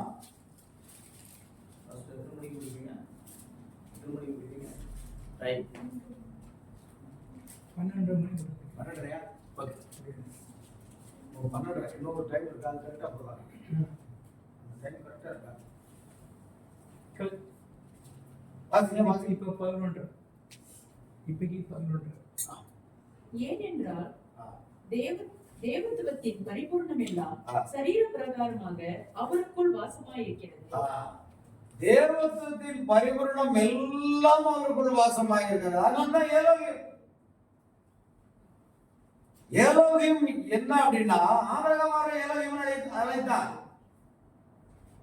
ஆனால் அதே தேவன் உலகத்துல பிரவேசிக்கும் பொழுது பலியை காணிக்க விரும்பாமல் ஒரு சரீரத்தை ஆயத்தம் பண்ணினார். அந்த சரீரத்துக்குள் அவர் வாசம் செய்த பொழுது அவரும் ஏலோகிம் தான். சொல்லப்போனா மனுஷகுமாரனும் ஏலோகிம் தான், தேவகுமாரனும் ஏலோகிம் தான், தாவீதின் குமாரனும் ஏலோகிம் தான். ஆகையால் இந்த கடைசி நாட்களிலே, ஆபிரகாமுடைய நாட்களிலே, ஆபிரகாமுக்கு முன்பாக எலோகியமாக வெளிப்படுத்தினார் என்றால், இந்த கடைசி நாட்களிலும் அவர் எலோகியமாக வெளிப்படுத்துவார். உலகத்துல மனித சரீரத்துல வந்தபோது கூட அவர் எலோகியமாக வெளிப்படுத்தினார். அதான் சகோதரன் பிரண்டான் சொல்றாரு. என்ன சொல்றாருன்னா, நமக்கு கிடைத்த வெளிப்பாடு என்ன? பழைய ஏற்பாட்டில் யெகோவா தேவன் தான், புதிய ஏற்பாட்டில மாம்சத்தில் வெளிப்பட்ட கர்த்தராகிய இயேசு கிறிஸ்து. பழைய ஏற்பாட்டில அவர் எலோகியமா இருந்தார், அவர் யெகோவாவா இருந்தார். இப்பொழுது மாம்சத்தில் வெளிப்பட்ட கர்த்தராகிய இயேசு கிறிஸ்து அதே யெகோவா தேவன். தேவன் தம்மை மாற்றிக் கொள்வதில்லை. இயேசு கிறிஸ்து நேற்றும் இன்றும் என்றும் மாறாதவர். தம்மை மாற்றிக் கொள்ளவே மாட்டார். அவர் அப்படியே இறங்கி வர்றார். ஒவ்வொரு காலத்திலும் தன்னை வெளிப்படுத்திக் கொண்டு வருகிறார். அது இந்த கடைசி நாட்களிலே சோதோம் கோமோராவுக்கு ஒத்த பாவம் தெரிந்த உலகமாக இது காணப்படுகிறது. கிறிஸ்தவர்களுக்கு மத்தியிலும் கூட பரிசுத்தம் இல்லை, பாவம் நிரம்பி காணப்படுகிறது. ஆகிய இந்த நாட்களிலே தேவன் மறுபடியும் ஒரு மனித சரீரத்திலே தன்னை வெளிப்படுத்த வேண்டும். அல்லேலூயா. அது எப்பொழுது அப்படின்றால், பிஃபோர் த ராப்சர், அதாவது எடுத்துக்கொள்ளப்படுவதற்கு முன்பு. வாக்குத்தத்தம் பண்ணப்பட்ட குமாரன் கர்த்தர் ஆபிரகாமுக்கு வாக்குத்தத்தம் கொடுத்தார். உன்னுடைய சந்ததியிலே உனக்கு வாக்குத்தத்தம் பண்ணப்பட்ட அந்த ஈசாக்கு, உனக்கு ஒரு மனைவி ஒரு குமாரனை பெற்று தருவாள். அவனுக்கு என்ன பெயர் வைக்கணும்? ஈசாக்கு என்று பெயர் வைக்கணும். அதுதான் அவன் மூலமாக உன் சந்ததி விளங்கும். அப்போ வாக்குத்தத்தம் பண்ணப்பட்ட ஒரு குமாரன் யார் அப்படின்னு சொன்னால், அது யாக்கோபு, அது ஈசாக்கு. ஈசாக்கு வாக்குத்தத்தம் பண்ணப்பட்ட குமாரனா இருக்கிறான். ஆனா புதிய ஏற்பாட்டில் வாக்குத்தத்தம் பண்ணப்பட்ட குமாரன் கர்த்தராகிய இயேசு கிறிஸ்து. அல்லேலூயா. அப்ப அந்த காலகட்டத்துல மனித அவதாரத்துல, மனித ரூபத்துல தன்னை வெளிப்படுத்தி ஆபிரகாம் கொடுத்த இறைச்சியையும் பாலையும் குடிச்சிட்டு அவனுக்கு ஒரு ஆசீர்வாதத்தை கொடுக்கிறார். இன்னும் ஆபிரகாம் தேவனை மனித ரூபத்துல கண்ட பிற்பாடும் அவர் என்னவா இருக்கிறார் என்றால், அல்லேலூயா, அவர் என்னவாக இருக்கிறார் என்றால் தேவனை வெளிப்படுத்தக்கூடியவர்களாக இருந்து ஆபிரகாமுக்கு வெளிப்படுத்தினார். ஆனா இன்னும் ஆபிரகாம் வயது சென்றவனாக இருந்தான், இன்னும் ஏவாள் வயது சென்றவளாக இருந்தாள். அப்படி அவர்கள் இருந்த அந்த நாட்களில என்ன நடக்குது அப்படின்னா, தேவனை எலோகியமாக அவர்கள் கண்டார்கள். இன்னும் மாற்றம் வரல. மாற்றம்னா அந்த டிரான்ஸ்பர்மேஷன், அதாவது மறுரூபமாக. மறுரூபம் என்ற ஒரு காட்சி வரும்போது நிச்சயமாக என்ன செய்வாங்க அப்படின்னா, அதுதான் ராட்சியம் கிடையாது. எடுத்துக்கொள்ளப்படுவதற்கு முன்பாக அல்லது ஆபிரகாமுடைய சரீரம் ஏவாளுடைய சரீரம் மறுரூபமாக்கப்பட்டு வாக்குத்தத்தம் பண்ண குமாரன் பிறப்பதற்கு முன்பாக அவர் மனித ரூபத்தில் வரணும். அதுதான் லோத்தின் நாட்களிலே நடந்தது போலவே மனுஷகுமாரன் வரும் நாட்களிலும் நடக்கும் என்று அந்த மத்தேயு 24ஆம் அதிகாரம் 37ஆம் வசனத்துல அங்கு சொல்லப்பட்டிருக்கிறது. அப்ப இந்த கடைசி நாட்களில் மறுபடியும் அவர் நம்மத்தில் வரும்பொழுது நாம் அவரை சந்திக்க ஆயத்தமாக இருக்கிறோமா? நாம் எடுத்துக்கொள்ளப்படுவதற்கு ஆயத்தமாக இருக்கிறோமா? இயேசு தாமே இந்த உலகத்தில் இருக்கும்போது சொன்னார், மனுஷகுமாரன் வரும் நாளையும் நாளிகையும் அறியாதபடியினால் நீங்கள் விழித்திருங்கள், நீங்கள் ஆயத்தமாக இருங்க. நாங்க நேற்று ஆக்சுவலி நேற்று கோலாலம்பூர்ல இருந்து எனக்கு 12:15 ஃபிளைட், 12:15 ஃபிளைட்ல ஏறி 1:15 வரணும். வாசனம் நாங்களும் அவங்க வீட்டுல போய் சாப்பிடணும்னு அவங்க சகோதரி மிக அருமையாக எல்லாம் எனக்காக சைவம், நான் சைவம் தான், அசைவம் சாப்பிட மாட்டேன், சைவ சாப்பாடெல்லாம் ரெடி பண்ணி பார்த்துட்டு இருக்காங்க. என்னாச்சு, ஃப்ளைட்டை விட்டுட்டோம், கொஞ்சம் லேட் ஆயிடுச்சு. என்னை அழைத்து கொண்டவர்கள் விட்டுட்டாங்க, அது விட்டுட்டோம். எங்களுக்கு என்ன பாடம் கற்பிக்கப்படுதுன்னா, 1950 ஆண்டுகளுக்கு முன்பாகவே இயேசு சொல்லிட்டு போயிட்டாரு, மனுஷகுமாரன் வரும் நாளையும் நாளையும் அறியாதபடினால் நீங்க என்ன செய்ய, விழித்திருங்கள், ஆயத்தமாயிருங்கள் சொல்லி எத்தனை ஆண்டுகளுக்கு முன்பாக அவர் சொல்லிட்டு போயிருக்காரு. அப்படின்னா இந்த ஏற்பாட்டு வருவதற்கும் கூட இன்னும் நமக்கு விழிப்பு வரக்கூடாது அதிகமே இல்லை. சரியான நேரத்தில் நாம் ஆயத்தத்தோடு வந்திருந்தால் அதை நாம் இழந்திருக்க மாட்டோம். ஆகையால் ஆண்டவராக இயேசுவை மத்திய ஆகாயத்திலே சந்திக்கும் அந்த நாள் வருவதற்கு முன்பாக நாம் நம்மை ஆயத்தப்படுத்திக் கொள்ள வேண்டும், நாம் விழித்திருக்க வேண்டும், நாம் ஆயத்தமாயிருக்க வேண்டும். ஆண்டவர் இயேசு சுமார் 1950 ஆண்டுகளுக்கு முன்பாக 2000 ஆண்டு நெருங்குகிறார். அப்பொழுதே அவர் சொல்லிட்டு விட்டார். அதுல இருந்து நாம் இன்னும் நம்மை ஆயத்தப்படுத்திக் கொண்டேதான் இருக்கிறோம். இன்னும் முழுமையா நான் ஆயத்தமாகிவிட்டேன் என்று சொல்றதுக்கு ஒன்றும் இல்லை. நம்ம எவ்வளவோ சத்தியங்களா பேசுறோம், ஆனா கர்த்தர் நாளைக்கு ஆகாயத்துல வருவார், நம்ம எடுத்துக்கொள்வார் என்றால் நாம ஆயத்தமா இருக்கிறோமா? எவ்வளவோ சத்தியத்தை பேசலாம், எவ்வளவோ மற்ற ஊழியக்காரர்களை நாம் குறைத்து பேசலாம், ஆனா நாம முதல்ல ஆயத்தமா? நாளைக்கு ராத்திரி இருந்தா நம்முடைய நிலைமை என்ன? அதை தானே ஆராய்ந்து பார்க்க வேண்டியது அவசியம். ஆகையால் நம்மை ஆயத்தப்படுத்திக் கொள்ள வேண்டும். பிரியமானவர்களே, யாரையும் குறித்து நாம் குற்றப்படுத்தாமல் குறை கூறாமல் நாம் முற்றிலும் விசுவாசத்தை துவக்கிறவரும் முடிக்கிறவருமாக இயேசு கிறிஸ்துவை நோக்கி பொறுமையை ஓடணும். நாம் எந்த காலகட்டத்தில் வாழ்ந்து கொண்டிருக்கிறோங்கிறது மிக மிக முக்கியமானது. ஆகையால் தேவன் மனித ரூபத்துல வந்து தன்னை வெளிப்படுத்தினார். அப்பொழுதான ஒரு வாக்குத்தத்தை கொடுங்க, ஒரு ரெவலேஷன் அங்க வருது, ஒரு வெளிப்பாடை கொண்டு வர. என்ன வெளிப்பாடு? இருதயத்தின் ரகசியங்களை வெளிப்படுத்துறது. இருதயத்தின் ரகசியங்களை வெளிப்படுத்துகிற அந்த காரியத்துல அவர் சொல்றாரு, உன் மனைவியாகிய சாராள் எங்கே? அது அவள் அறைக்குள் இருக்கிறார். உற்பவ கால திட்டத்தில் வருவேன், அப்பொழுது நீயும் உன் மனைவி உனக்கு ஒரு குமாரனை பெற்றுக் கொடுப்பாள். உற்பவ கால திட்டம், த டைம் ஆஃப் லைஃப் அப்படின்னா ஒரு கரு உருவாகி குழந்தையை பெற்றெடுக்கக்கூடிய காலம் கிட்டத்தட்ட 10 மாதம் முழுமை இல்லை, 9.5 மாதம் தான் கணக்கு. இந்த உற்பவ கால திட்டத்துக்குள்ள உன் மனைவி ஒரு குமாரனை பெறுவாள்னு ஒரு கட்டளை போடுறாரு.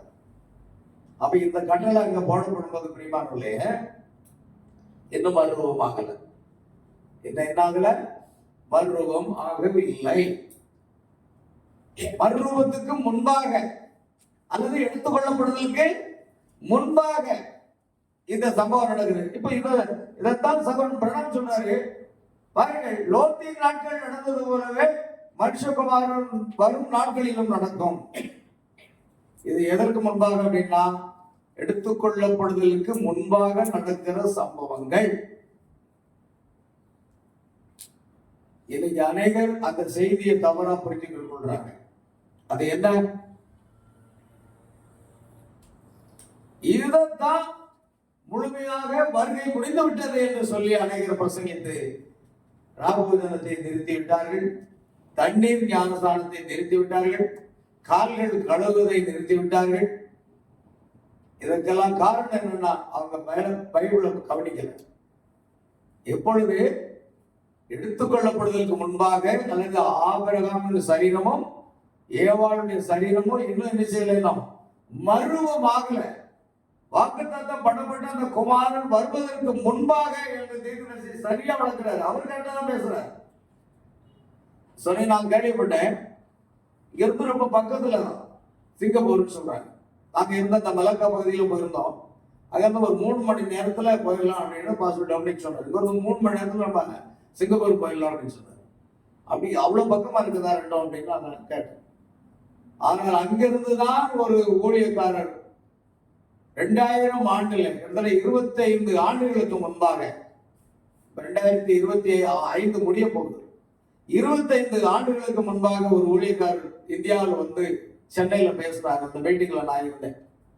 அவர்தான் சொன்னாரு, பாருங்கள், அந்த பலமுள்ள துனாகிய கிறிஸ்து இறங்கி வந்து விட்டார், அந்த வருகை நிறைவேறிவிட்டது, அந்த வருகை முடிந்து விட்டது, ஆகையால் நாம் எடுத்துக்கொள்ளப்பட வேண்டும் என்ற அநேக காரியங்களை சொல்லி பிரசங்கிக்கும் போது அநேகர் அதை ஏற்றுக்கொண்டு தங்கள் சபைகளிலே ராபோஜனத்தை நிறுத்திவிட்டார்கள். அநேக ஊழியக்காரர்கள் நிறுத்தினார்கள், பெரிய பெரிய ஊழியக்காரர்கள் நிறுத்தினார்கள். நான் சொன்னேன், இல்ல, 63 கர்த்தர் வந்து விட்டார், இதுதான் கர்த்தர் வரும்பொழுதும் அவருடைய மரணத்தை தெரிவிக்கிறீர்கள், அவர் வந்து விட்டார் என்றால் சகோதரன் பிரணாமிய 65ஆம் ஆண்டு தன்னுடைய மரணத்துக்கு முன்பாக இதே டிசம்பர் மாசம் 24ஆம் தேதி தான் அவர் கர்த்தருக்குள் நித்திரை அடைந்தார். 2 நாள் ஆச்சு. அந்த காலகட்டத்தில் நாம கூடி வந்திருக்கிறோம். 7ஆம் சபையின் தூதனும் தீர்க்கதரிசியாக வில்லியம் பிரணாம் கர்த்தருக்குள்ளாக நித்திரை அடைந்த அந்த நாள் 1965 டிசம்பர் மாதம் 24ஆவது நாள் அன்றுதான் அவர் அடக்கம் செய்யப்படுகிறார். ஆனால்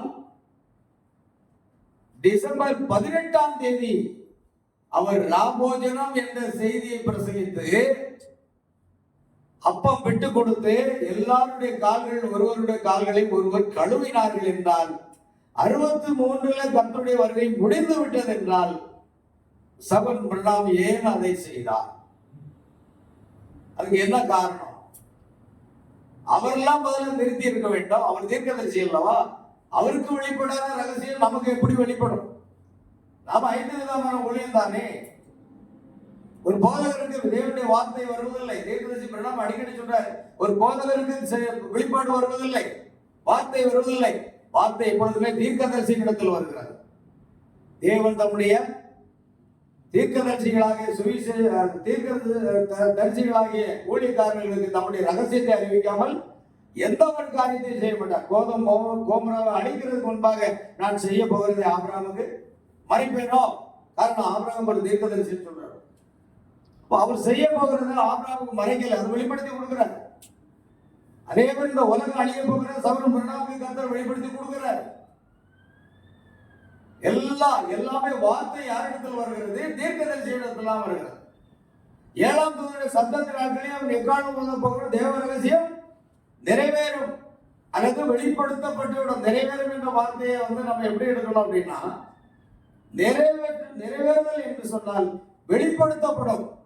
ஒரு தீர்க்கதரிசி அவன் வரும் காரியங்களை முன்கூட்டி அறிவிக்கிறவன் என்பதனால முன்கூட்டி எல்லாமே வெளிப்படுத்தப்பட்டு விட்டன.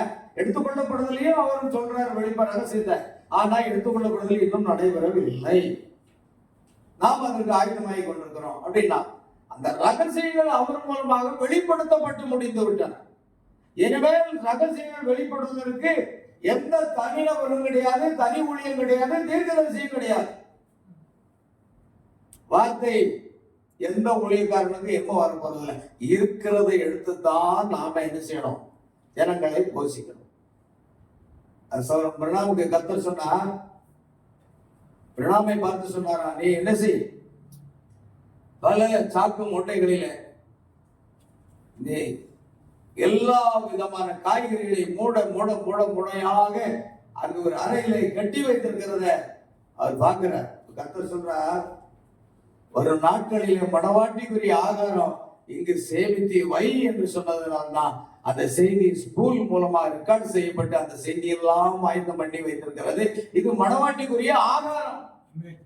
இந்த மணவாட்டிக்குரிய ஆகாரத்தை நாம் புசித்தால் மட்டுமே நாம் மறுரூபம் அடைய முடியும், நாம் வளர்ச்சி அடைய முடியும்.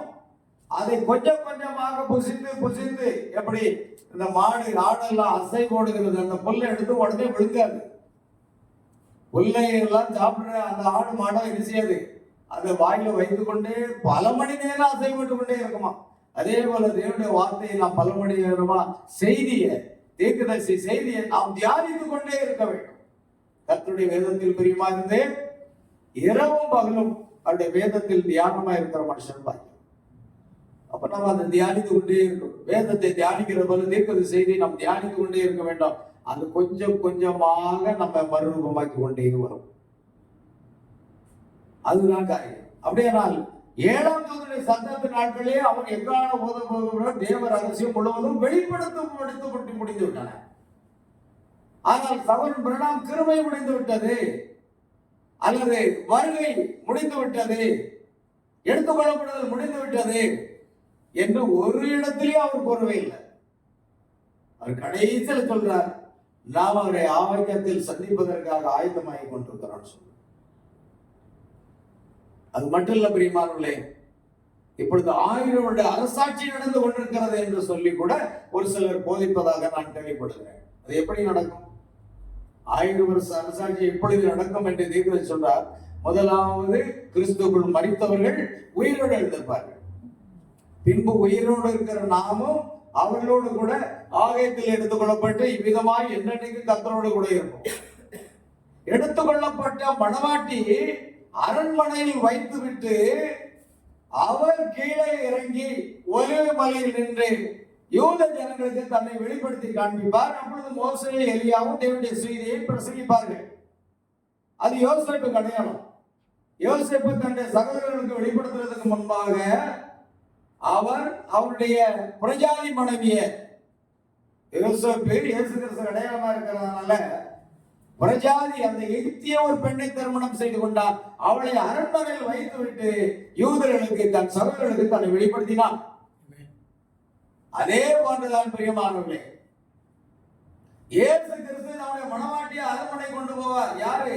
பிரஜாதி மணவாட்டி. தேவன் பிரஜாதிகளிலிருந்து தமது நாமத்திற்காக ஒரு கூட்ட ஜனத்தை தெரிந்து கொண்டார்கள். மணவாட்டியை எடுத்துக்கொள்ளப்பட்டு ஆகாயத்தில் வைத்து விட்டு பின்பு அவர் இறங்கி வந்து யோதர்களுக்கு தன்னை வெளிப்படுத்தின போது ஒரு தலைச்சன் பிள்ளைகளுக்காக புலம்புவது போல புலம்புவார்.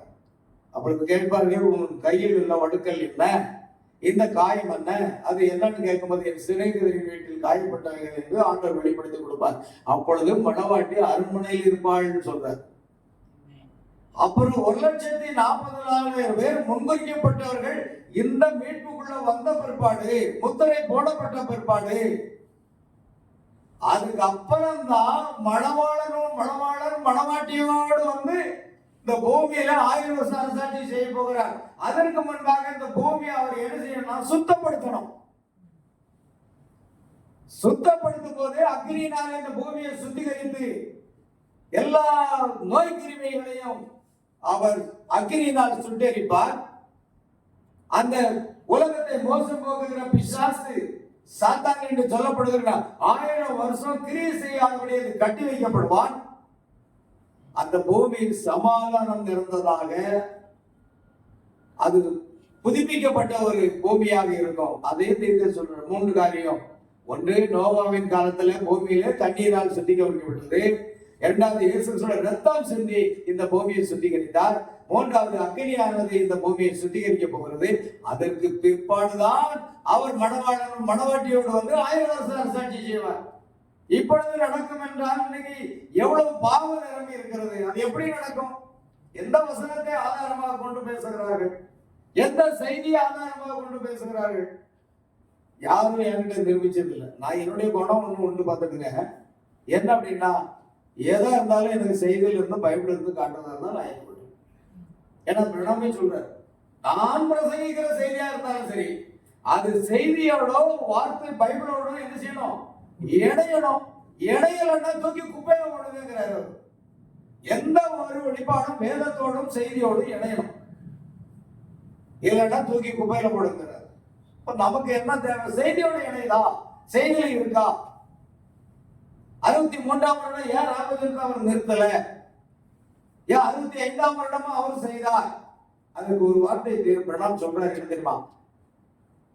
நாம் கைக்கொள்ள சரீர பிரகாரமாக கைக்கொள்ள வேண்டிய 3 நியமங்கள் அப்படின்னு சொல்றாரு. 3 ஆர்டினன்சஸ். 3 நியமங்கள் இருக்கிறது. அந்த 3 நியமங்கள், முதலாவது தண்ணீர் ஞானசானம், இரண்டாவது அப்பம் பிட்குதல், மூன்றாவது கால்களை கழுவுதல். இந்த 3 நியமங்களை தவிர மற்ற எல்லாமே ஆவிக்குரியதாக இருக்கிறது என்று சொல்கிறார். எல்லாமே எதாவது இருக்கலாம், ஆவிக்குரிய காரியம். சரீர பிரகாரமாக நாம் கடைபிடிக்க வேண்டிய 3 காரியம் தான். இந்த 3 நியமங்களையும் நான் இந்த சரீரத்தில் இருக்கும் வரைக்கும் அல்லது நான் மரிக்கும் வரைக்கும் அதை கை கொள்ளுவேன் அப்படின்னு பிரணாம் சொல்றாரு. அப்ப அவர் மரிக்கும் வரைக்கும் அவர் கை கொள்வார்னா, நாமும் மரிக்கும் வரைக்கும் நாம் அதை கை கொள்ள வேண்டும். என்கிட்ட பல பேர் கேள்வி கேட்டாங்க, பிரணாம் சொல்லியிருக்காரு தெரியுமா உனக்கு? அவர் என்ன சொன்னார்? 3 நியமங்களையும் நாம் மரிக்கும் வரைக்கும் கை கொள்ள வேண்டும், இல்லது எடுத்துக்கொள்ளப்படுதல் வரைக்கும் என்ன செய்யணும்? கை கொள்ள வேண்டும். ஆனா அநேகர் ஞானசானம் நிறுத்தினாங்க. சமீபத்தில் ஒரு வீடு பால்காய்ப்பு இருந்தது, அதாவது கிரக பிரவேசம். அந்த வீட்டுக்கு நான் போயிருந்தேன். அங்கிருந்து ஒரு சிறு குழு வந்திருந்தது. அப்போ நான் அவர்கிட்ட பேசிட்டு இருப்பேன். சொன்னேன், இல்லை நாங்கள் இப்போ ஞானசானமும் கொடுக்கறது இல்லை, ராப்பஜனமும் கொடுக்கறது இல்லை, கால் கழுவுறதும் கிடையாதுன்னு அப்படின்னு சொன்னாங்க. அப்படின்னா செய்தியில் எங்க இருக்குன்னு எனக்கு காண்பிங்கன்னு சொன்னேன். நான் எங்க போனாலும் பல பேர் எனக்கு செய்தியில ஆதாரத்தை காட்டுங்க. ஏன்னா செய்தி ஆதாரம் இல்லாம நான் பேசுறது இல்லை. இங்க நல்ல ஒரு ஸ்கிரீன் வச்சிருக்கிறாங்க, பாஸ்டர் அருமையா எழுதி போடுவாங்க. ஆனா என் பிள்ளைகளோட ஆசிரியர்கள் பேராசிரியர் இருக்கிறாங்க. ஆனா நமக்கு எழுதக்கூடிய இருந்து ஆரம்பிச்சோம்னா அது இறங்கியே போயிடும். கீழே இருந்து ஆரம்பிச்சு அது எம்எம்எல்ஏ நோக்கி போயிடும். நமக்கு எழுத தெரியாது. ஆனா ஒன்று தெரியும், தீர்க்கதரிசனுடைய செய்தியை, பைபிளுடைய வசனங்களை அப்படியே பிடிஎஃப் பண்ணிடும். ஒவ்வொரு ஞாயிற்றுக்கிழமைக்கு முன்னால சனிக்கிழமையே ஒரு பிடிஎஃப் ரெடி ஆயிடும்.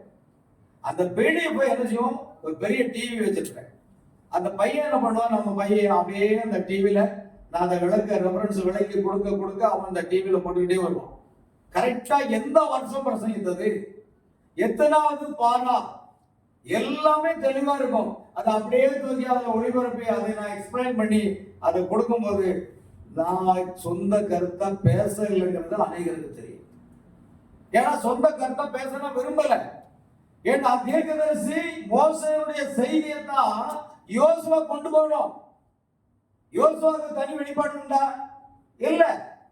என் தாசனாகிய மோசே வைத்து போனா, என் தாசனாகிய மோசேக்கு நான் வெளிப்படுத்தின நியாயபரமான கட்டளைகள் எல்லாவற்றையும் நீ கவனமாக கை கொண்டு இடதுபுறமோ வலதுபுறமோ சாயாமல் அதிலே நிலைத்திரு.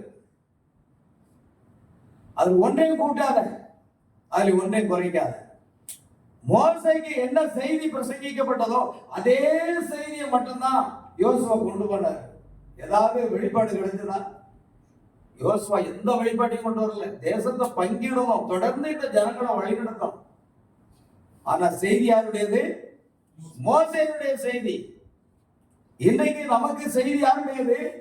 பிரணாம் மூலமா வெளிப்படுத்தப்பட்ட தேவனுடைய செய்தி. இந்த செய்தியை தவிர வேற எந்த செய்தியை நாம் எடுத்துக்கொள்ள கூடாது, கூட்டக்கூடாது, குறைக்க கூடாது. கூட்டினால் தேவன் வாதை கூட்டுவார், எடுத்துக்கொண்ட ஜீவ புஸ்தகத்தில் இருந்து பரிசுத்த பங்கு எடுத்துக்கொள்வார். ரொம்ப கவனமா இருக்கு. மோசேக்கு தேவன் யோசுவாவுக்கு என்ன கட்டளை கொடுத்தாரோ நீ அதை கூட்டாத. நீ அதை குறைக்காத. அது சகோதரன் பிரணாம சொல்றாரு, ஒலிநாடாக்கள் என்ன சொல்லியிருக்கோ உங்களுக்கு சந்தேகம் இருக்கா ஒலிநாடாவை போட்டு கேளுங்க. அதுக்காக சபைக்கு போகாம ஒலிநாடாவை போட்டு வீட்டுல கேளுங்கன்னு அவர் சொல்லல. நீங்க அனுப்பலாம், ஒலிநாடாக்கள் சொல்லப்பட்டதே தான், அதைத்தான் நீங்க போட்டு கேளுங்கன்னு நீங்க சொல்றாரு. அதனால நீங்க இப்ப எந்த சபைக்கு நாங்க போறது இல்லை, வீட்டுல இருந்த ஒலிநாடாவை கேட்டுக்கொண்டு ஞாயிற்றுக்கிழமை ஒலிநாடாவை கேட்டு. எங்க சபையில 10 வருஷம் வந்து விசுவாசி போயிட்டாரு. போயிட்டு வீட்டுல இப்போ ஒலிநாடா மட்டும்தான் கேட்பாரு. சபை கூடுதல் போய்விட்டது. 10 வருஷமா இருந்தாரு, 1-2 வருஷம் இல்லை. இன்னைக்கு இல்லை. ஏன் ஒலிநாடாவை நீங்க எப்பொழுது வேண்டுமானாலும் நீங்கள் போட்டு கேட்கலாமே. ஆனா நீங்க சபைக்கு என்ன செய்யணும், போக வேண்டும் என்று தீர்க்கதரிசி சொல்றாரு. நீங்கள் சபைக்கு போகக்கூடிய ஆராதனை நேரத்தில் சபைக்கு போகாமல் மீன் பிடித்துக் கொண்டோ வேட்டையாடி கொண்டோ அல்லது உலக பிரகாரமான வேலை செய்து கொண்டோ நீங்கள் இருக்க வேண்டாம், சபைக்கு போங்கள் அப்படின்னு சொல்றாரு. ஆனா இங்க என்ன நடக்கலாம், ஒலிநாடாக்களில் உள்ளதை மட்டும்தானே கேட்கணும். அப்போ ஒலிநாடாக்கள்ல உள்ளதை நான் மட்டும் கேட்கணும்னு சொல்லி 10 வருஷமா சபைக்கு வந்த ஒரு விசுவாசி குடும்பம் இன்னைக்கு வீட்டுல இருந்து ஒலிநாடா போட்டுக்கிட்டு இருக்காங்க. அநேகர் கேட்டுக்கிட்டு இருக்காங்க, சபைக்கு போறது இல்லை. சரி, ஆன்லைன்ல செய்தியை போட்டு கேட்குறீங்க, ஞானசானம் ஆன்லைன்ல எடுப்பீங்களா? ஃப்ளைட் டிக்கெட் ஆன்லைன்ல போட்டு எடுத்துட்டேன், நேற்று நேரடியாகவும் எடுத்துட்டேன். இது ஃப்ளைட் டிக்கெட் எடுத்துடலாம், ட்ரெயின் டிக்கெட் எடுத்துடலாம். ஆன்லைன்ல ஞானசானம் யாராவது கொடுக்காங்களா? கொஞ்சம் சிந்திச்சு பார்க்கணுமா? உங்களுக்கு ஞானசானம் யார் கொடுப்பா? கால் கழுவுறது ஆன்லைன்லயே கழுவி விடுவீங்களா? இன்னைக்கு நடக்கு கடைசி கால செய்தியை பற்றி பாசம் நேற்று ராத்திரி நான் இரவு 8 மணிக்கு வந்தா ஒரு மணி ஆகிட்டு இருக்கிறது. அத கொஞ்ச நேரம் நாங்க பேசுறோம், டைம் இல்லை. அப்ப இன்னைக்கு கடைசி கால செய்தியில சபைகள்ல இருக்கிற ஒரு குழப்பம் அதுதான். அந்த குழப்பம் நீங்கினால்தான் நமக்குள்ள ஒரு மனம் உண்டாகும். 2 பேர் ஒருமனப்பட்டிருந்தால் ஒழிய ஒருமித்து நடந்து போவார்களோ ஒரு வசனம் இருக்கிறது. பாருங்க, நம்ம ஆன்லைன்ல ஞானசானம் கொடுக்க முடியாது, ராப்போஜன ஆன்லைன்ல கொடுக்க முடியாது, இதெல்லாம் ஆன்லைன்ல பண்ண முடியாது. நாம நேரடியாக தான் பண்ணணும். இயேசு கிறிஸ்து அப்படித்தான் செய்தார், பவுல் அப்படித்தான் செய்தார், சகோதரன் பிரணாமும் அப்படித்தான் செய்தார். அப்ப இதெல்லாம் நாம் செய்ய முடியாது. அவர்கள் இப்பொழுது ஞானசானம் இல்லை, ராப்போஜனம் இல்லை, என்ன இல்லை, கால் விடுகிறது இல்லை, இதெல்லாம் விட்டு விட்டார். ஒரு காரியம் தெரியுமானால் பிரியமான தேவப்பிள்ளைகளே, கடந்த 24ஆம் தேதி, 24 அல்ல 23ஆம் தேதி, அந்த பிடி என்று சொல்லப்படுகிற மலேசியான் பகுதியில் ஒரு 3 பேருக்கு கர்த்தராகிய இயேசு கிறிஸ்து நாமத்தினாலே ஞானசானம் கொடுத்து அன்றைய இரவு ராபோஜன ஆராதனையை நடத்தணும். ராபோஜன ஆராதனைக்கு அநேகர் வந்திருந்தார்கள். ஆண்டவருடைய பிரதான கிருபையினால் இன்றைக்கும் நாங்கள் நடத்தி கொண்டிருக்கிறோம். ஆனால் சிங்கப்பூர்ல இருந்து ஒரு அருமையான ஊழியக்காரர் நல்லா பேசினார். அந்த கடைசியில அந்த 2ஆம் வருடம் முடிஞ்சு போச்சுட்டார். என்ன ராபோஜனம் நமக்கு தேவையில்லைன்னு சென்னையில ஏகப்பட்ட பேர் அதை நிறுத்திட்டாங்க. இங்கே எனக்கு தெரியாது, மலேசியா பற்றி எனக்கு தெரியாது. ஆனால் அந்த இதெல்லாம் நிறுத்திட்டாங்க. நான் அந்த கூட்டத்துக்கு போயிருந்தேன், நான் ஏற்றுக்கொள்ள. ஏன்னா நான் எங்க பாக்குறேன்னா தீர்க்கதரிசி செய்தியை பார்க்கிறேன். நீங்க தீர்க்கதரிசி செய்தியை மட்டும் சரியா பார்த்துட்டு வந்தீங்கன்னா நீங்க இழக்கப்பட்டு போக முடியாது, நம்ம பின்வாங்கி போக முடியாது, நம்ம வழி விலகி போகவே முடியாது. செம்மையான பாதையில தேவன் நம்மை நடத்துவார். ஏன்னா வேதத்தின் ரகசியம் எல்லாமே சகோதரன் பிரணாமம் வெளிப்படுத்தப்பட்டிருக்காரு. நாம அங்க வரணும். எங்க இருக்குது பாருங்க, கவனிக்க வேண்டும். எங்க சொல்லியிருக்காரு ஞானசானம் திருத்த வேண்டும் என்று பிரணாம் சொல்லியிருக்காரா? கால் கழுவக்கூடாதுன்னு சொல்லியிருக்காரா? அப்பம் வெட்டக்கூடாது என்று சொல்லியிருக்கிறாரா என்று நாம் கேள்வி கேட்கும்போது அவர்களுக்கு எந்த ஆதாரமும் இல்லை. இது வெளிப்பாடுன்னு சொல்லிட்டேன். நான் சொன்னோம்ல, அந்த கிரக பிரவேச வீட்டில் வரும்போது அவங்கள்ட்ட கேட்டேன், இல்ல இது வெளிப்பாடுன்னாங்க. அதை உங்க வெளிப்பாடு செய்தியோட ஒத்து போகல, பைபிளோட ஒத்து போகல. எந்த வெளிப்பாடும் செய்தியோடு ஒத்து போகலன்னா அதை தூக்கி குப்பை தொட்டில ஏறிங்கன்னு தீர்க்கதரிசி பிரணாம் சொல்றார். அல்லேலூயா. எனக்கு அருமையான தேவனுடைய பிள்ளைகளே, நான் பல முறை பாஸ்டரோட போன்லயும் பேசியிருக்கிறேன். இன்னைக்கு அது ஒரு கொஞ்ச நேரம் தான் நாங்கள் பேசணும். சில காரியங்களை உண்மையாக அவருடைய ஆவிக்கு எனக்கு ஒத்து போனது. ஏன்னா செய்தியை அறிந்த அளவுக்கு நம்ம உண்மையா இருக்கணும். ஆகையால் நாம் ராபோஜனத்தை நிறுத்திவிடக்கூடாது, கால் கழுவுவதை நிறுத்திவிடக்கூடாது, ஒலிநாடகங்களை கேட்டுக்கொண்டு வீட்டிலே உட்கார்ந்து கொண்டிருக்க கூடாது, சபைக்கு போக வேண்டும். அவர் என்ன சொல்றாருன்னா, உங்களுக்கு ஏதாவது சந்தேகம் இருக்குமானால் குழப்பம் இருக்குமானால், ஏதாவது ஒரு பாயிண்ட் குறித்து, ஒரு காரியத்தை குறித்து குழப்பம் இருக்குமானால், சந்தேகம் இருக்குமானால், உங்களுக்குள் குழப்பிக் கொள்ள வேண்டாம். அந்த காரியத்தை மறுபடியும் ஒலிநாடாவை நீங்க என்ன செய்ய, அதை போட்டு கேளுங்க அப்படிங்கிறாரு. அந்த நேரத்துல தான் கேட்க சொல்றாரு. குழப்பம் ஏற்படும் சமயத்துல மீண்டும் அதை தெளிவாக்கி கொள்வதற்கு போட்டு கேளுங்க அப்படிங்கிறாரு. சர்ச்சைக்கே போகாம வீட்டுல இருந்து போட்டு கேட்கணும்னா அவர் சொல்லவே இல்லை. செய்தியை தவறாக புரிந்து கொண்டு எப்படியோ போறாங்க. ஆனா கடைசி நாட்களில் தீர்க்கதரிசி பிரணம் சொல்றாரு, இந்த கூர்நுனி கோபுரம், அந்த படம் இங்க இருக்குதான்னு தெரியல, கூர்நுனி கோபுரம் இருக்கிறதெல்லாம் அந்த பரிபூர்ண மனிதனுடைய வளர்ச்சி அந்த பக்கம் இருக்குதா? பரிபூர்ண மனிதனுடைய வளர்ச்சியை பற்றி பிரணம் சொல்லும்போது பாருங்கள், அடிப்பாக எவ்வளவு அகலமா இருக்கிறது. ஏன் அது போக போக குறுகி குறுகி குறுகி அது சிறிதாக விடுகிறது. இயற்கையுடைய பிரமிடு அப்படித்தான் இருந்தது. கீழே பெரிதாகி மேலே செல்ல செல்ல செல்ல அது குறுகிறதாக போய்விடுகிறது என்றால், கடைசி காலத்துல மனவாட்டி ஒரு சிறு கூட்டம் தான் இருக்கும் அப்படி சொல்லிட்டு சொல்றாரு. நோவாவின் காலத்தில் நடந்தது போல நடக்கும், 8 பேர் தான். லோத்தின் நாட்கள் நடந்தது போல இருக்கும், 3 பேர் தான். இதே போல சொற்ப வேலை இருக்கணும். அமெரிக்க தேசத்திலே ஒரே ஒருவர் எடுத்துக் கொள்ளப்படுவார் என்று வைத்துக் கொண்டால், அது நானாக இருப்பேன் என்று நீங்கள் விசுவாசித்து அதில் செல்லுங்கள் சொல்றார். அதுக்காக ஒருவர் தான் எடுத்துக் கொள்ளப்பட்டார்னு உபதேசம் கொண்டு வரக்கூடாது. அமெரிக்க தேசத்துல ஒருத்தர் தான் எடுத்துக் கொள்ளப்படுவார்னு பிரணம் சொல்லிட்டார். அதனால அது ஒருவர் தான் அப்படிங்கிற பாதம் கூட வந்தா ஆச்சரியப்படுறாரு இல்லை. ஏன்னா ஒரு சமயம் வந்துட்டு எலியாவினுடைய நாட்களில் சுமார் 700 பேர் பாகாலுக்கு முன்பாக முழங்கால் படியிடாத 700 பேரை மீதியா வைத்திருந்தேன் கர்த்தர் சொன்னாருன்னு பிரணாம் சொல்ற. ஆனா சவுன் பிரணாமே அது 700 பேரா அல்லது 7000 பேரா என்ற ஒரு கேள்வி வைக்கிறாங்க.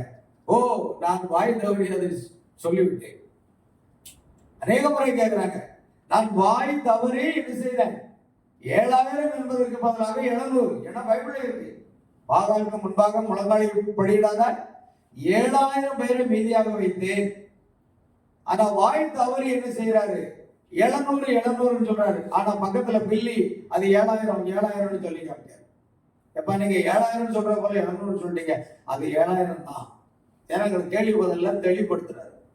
சௌரியா அது 700 இல்ல 7000.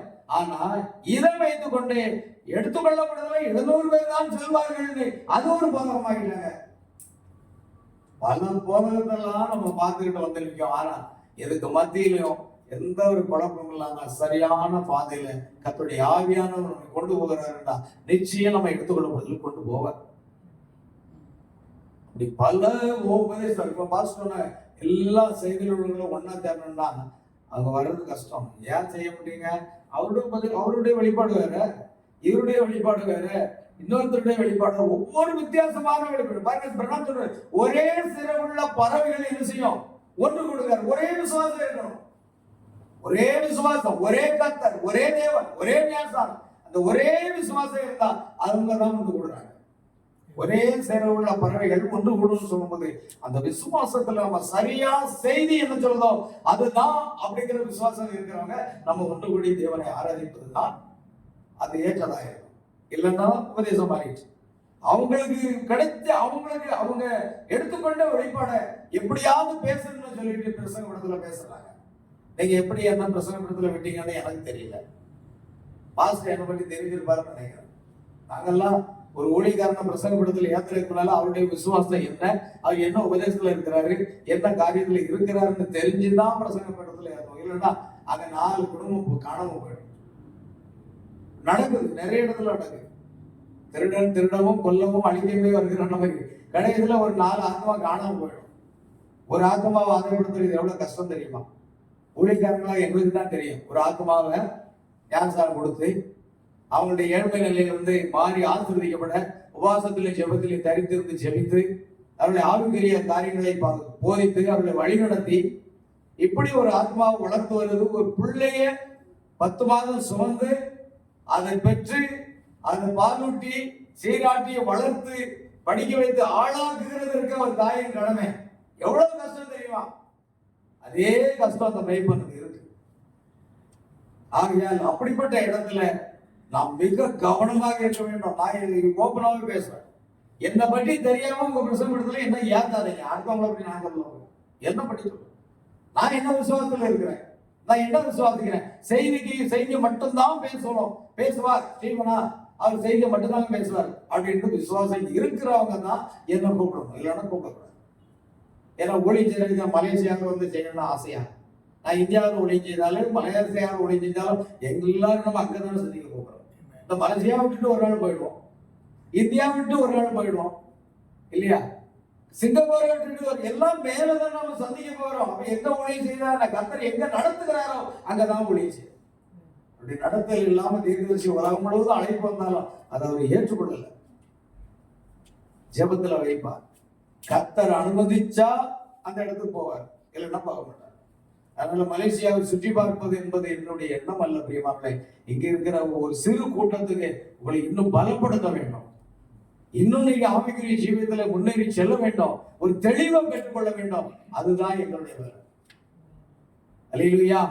ஆகிய அநேக முறை எனக்கு அழைப்பு வந்த நாட்டில் சொன்னார், நீங்க தான் வரணும் பிரதர், எனக்கு வந்தாதான் நல்லது, சபைகள் எல்லாம் குளிர்ந்த நிலையில அப்படி இப்படி செதறி இருக்குது, எப்படியாவது வாங்க. நான் ஜெபம் பண்ணேன், நீங்க ஜெபம் பண்ணுங்க, கர்த்தர் என்ன கொண்டு வந்தா நான் வரேன், இல்லைன்னா நான் வர்றதில்லை பிரதர் அப்படின்னு. எனக்கு இருக்கு இந்தியாவில் எவ்வளவு ஊழியர்கள் போயிட்டு இருக்கு. போன மாசம் மும்பையில 10 நாள் ஒரு வாரம் மீட்டிங். ஆண்டவர் என்ன இந்தியாவின் பல பகுதியை கொண்டு போய் பயன்படுத்திட்டு இருக்காரு. ஆகிய பிரியமான தேவனுடைய பிள்ளை கவனிங்க, செய்தி முக்கியம். அதனால சனிக்கிழமையே நான் உட்கார்ந்து ஏதோ பிடிஎஃப் ரெடி பண்ணிக்கிறேன், என்னென்ன செய்தியில தீர்க்கதரிசி என்ன சொல்றாங்க ஒரு டேப்லெட் நான் கை வச்சிருக்கேன், இதுல எல்லா செய்தியுடைய தலைப்பு கொடுத்து பேசுறோம். அநேக சொல்லுவாங்க, பிரதர் அந்த செய்தியை பிரசங்கம் பண்ணீங்களே, பாஸ்டர் அந்த செய்தியை பிரசங்கம் பண்ணீங்களே, அந்த பிடிஎஃப் எனக்கு அனுப்புங்கன்னு சொன்னாங்க. அந்த பிடிஎஃப் அப்படியே அனுப்பி அவ்வளவு தீர்க்க செய்தியில இருந்து எடுக்கப்பட்டது. சொந்த கருத்துக்கு இங்க இடமே இல்லை.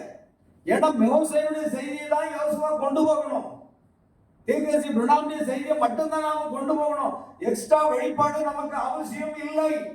இருக்கிற செய்திக்கு உத்தமமாக வாழ்ந்தாலே நாம் எடுத்துக் கொள்ளப்படுவோம், நாம் மறுபமாகவும். செய்தியின்படி நாம் வாழ வேண்டும், செய்தி ஏற்றுக்கொள்ள வேண்டும். ஆகிய பிரியமானவர்களே, நான் இவ்வளவு காரியங்களை எடுத்திருக்கிற கடைசி நாட்களிலே தேவன் என்ன செய்கிறார் அப்படின்னு சொன்னா மனித ரூபத்தில் அங்க வர்றார். விசுவாசிக்கிறீங்களா?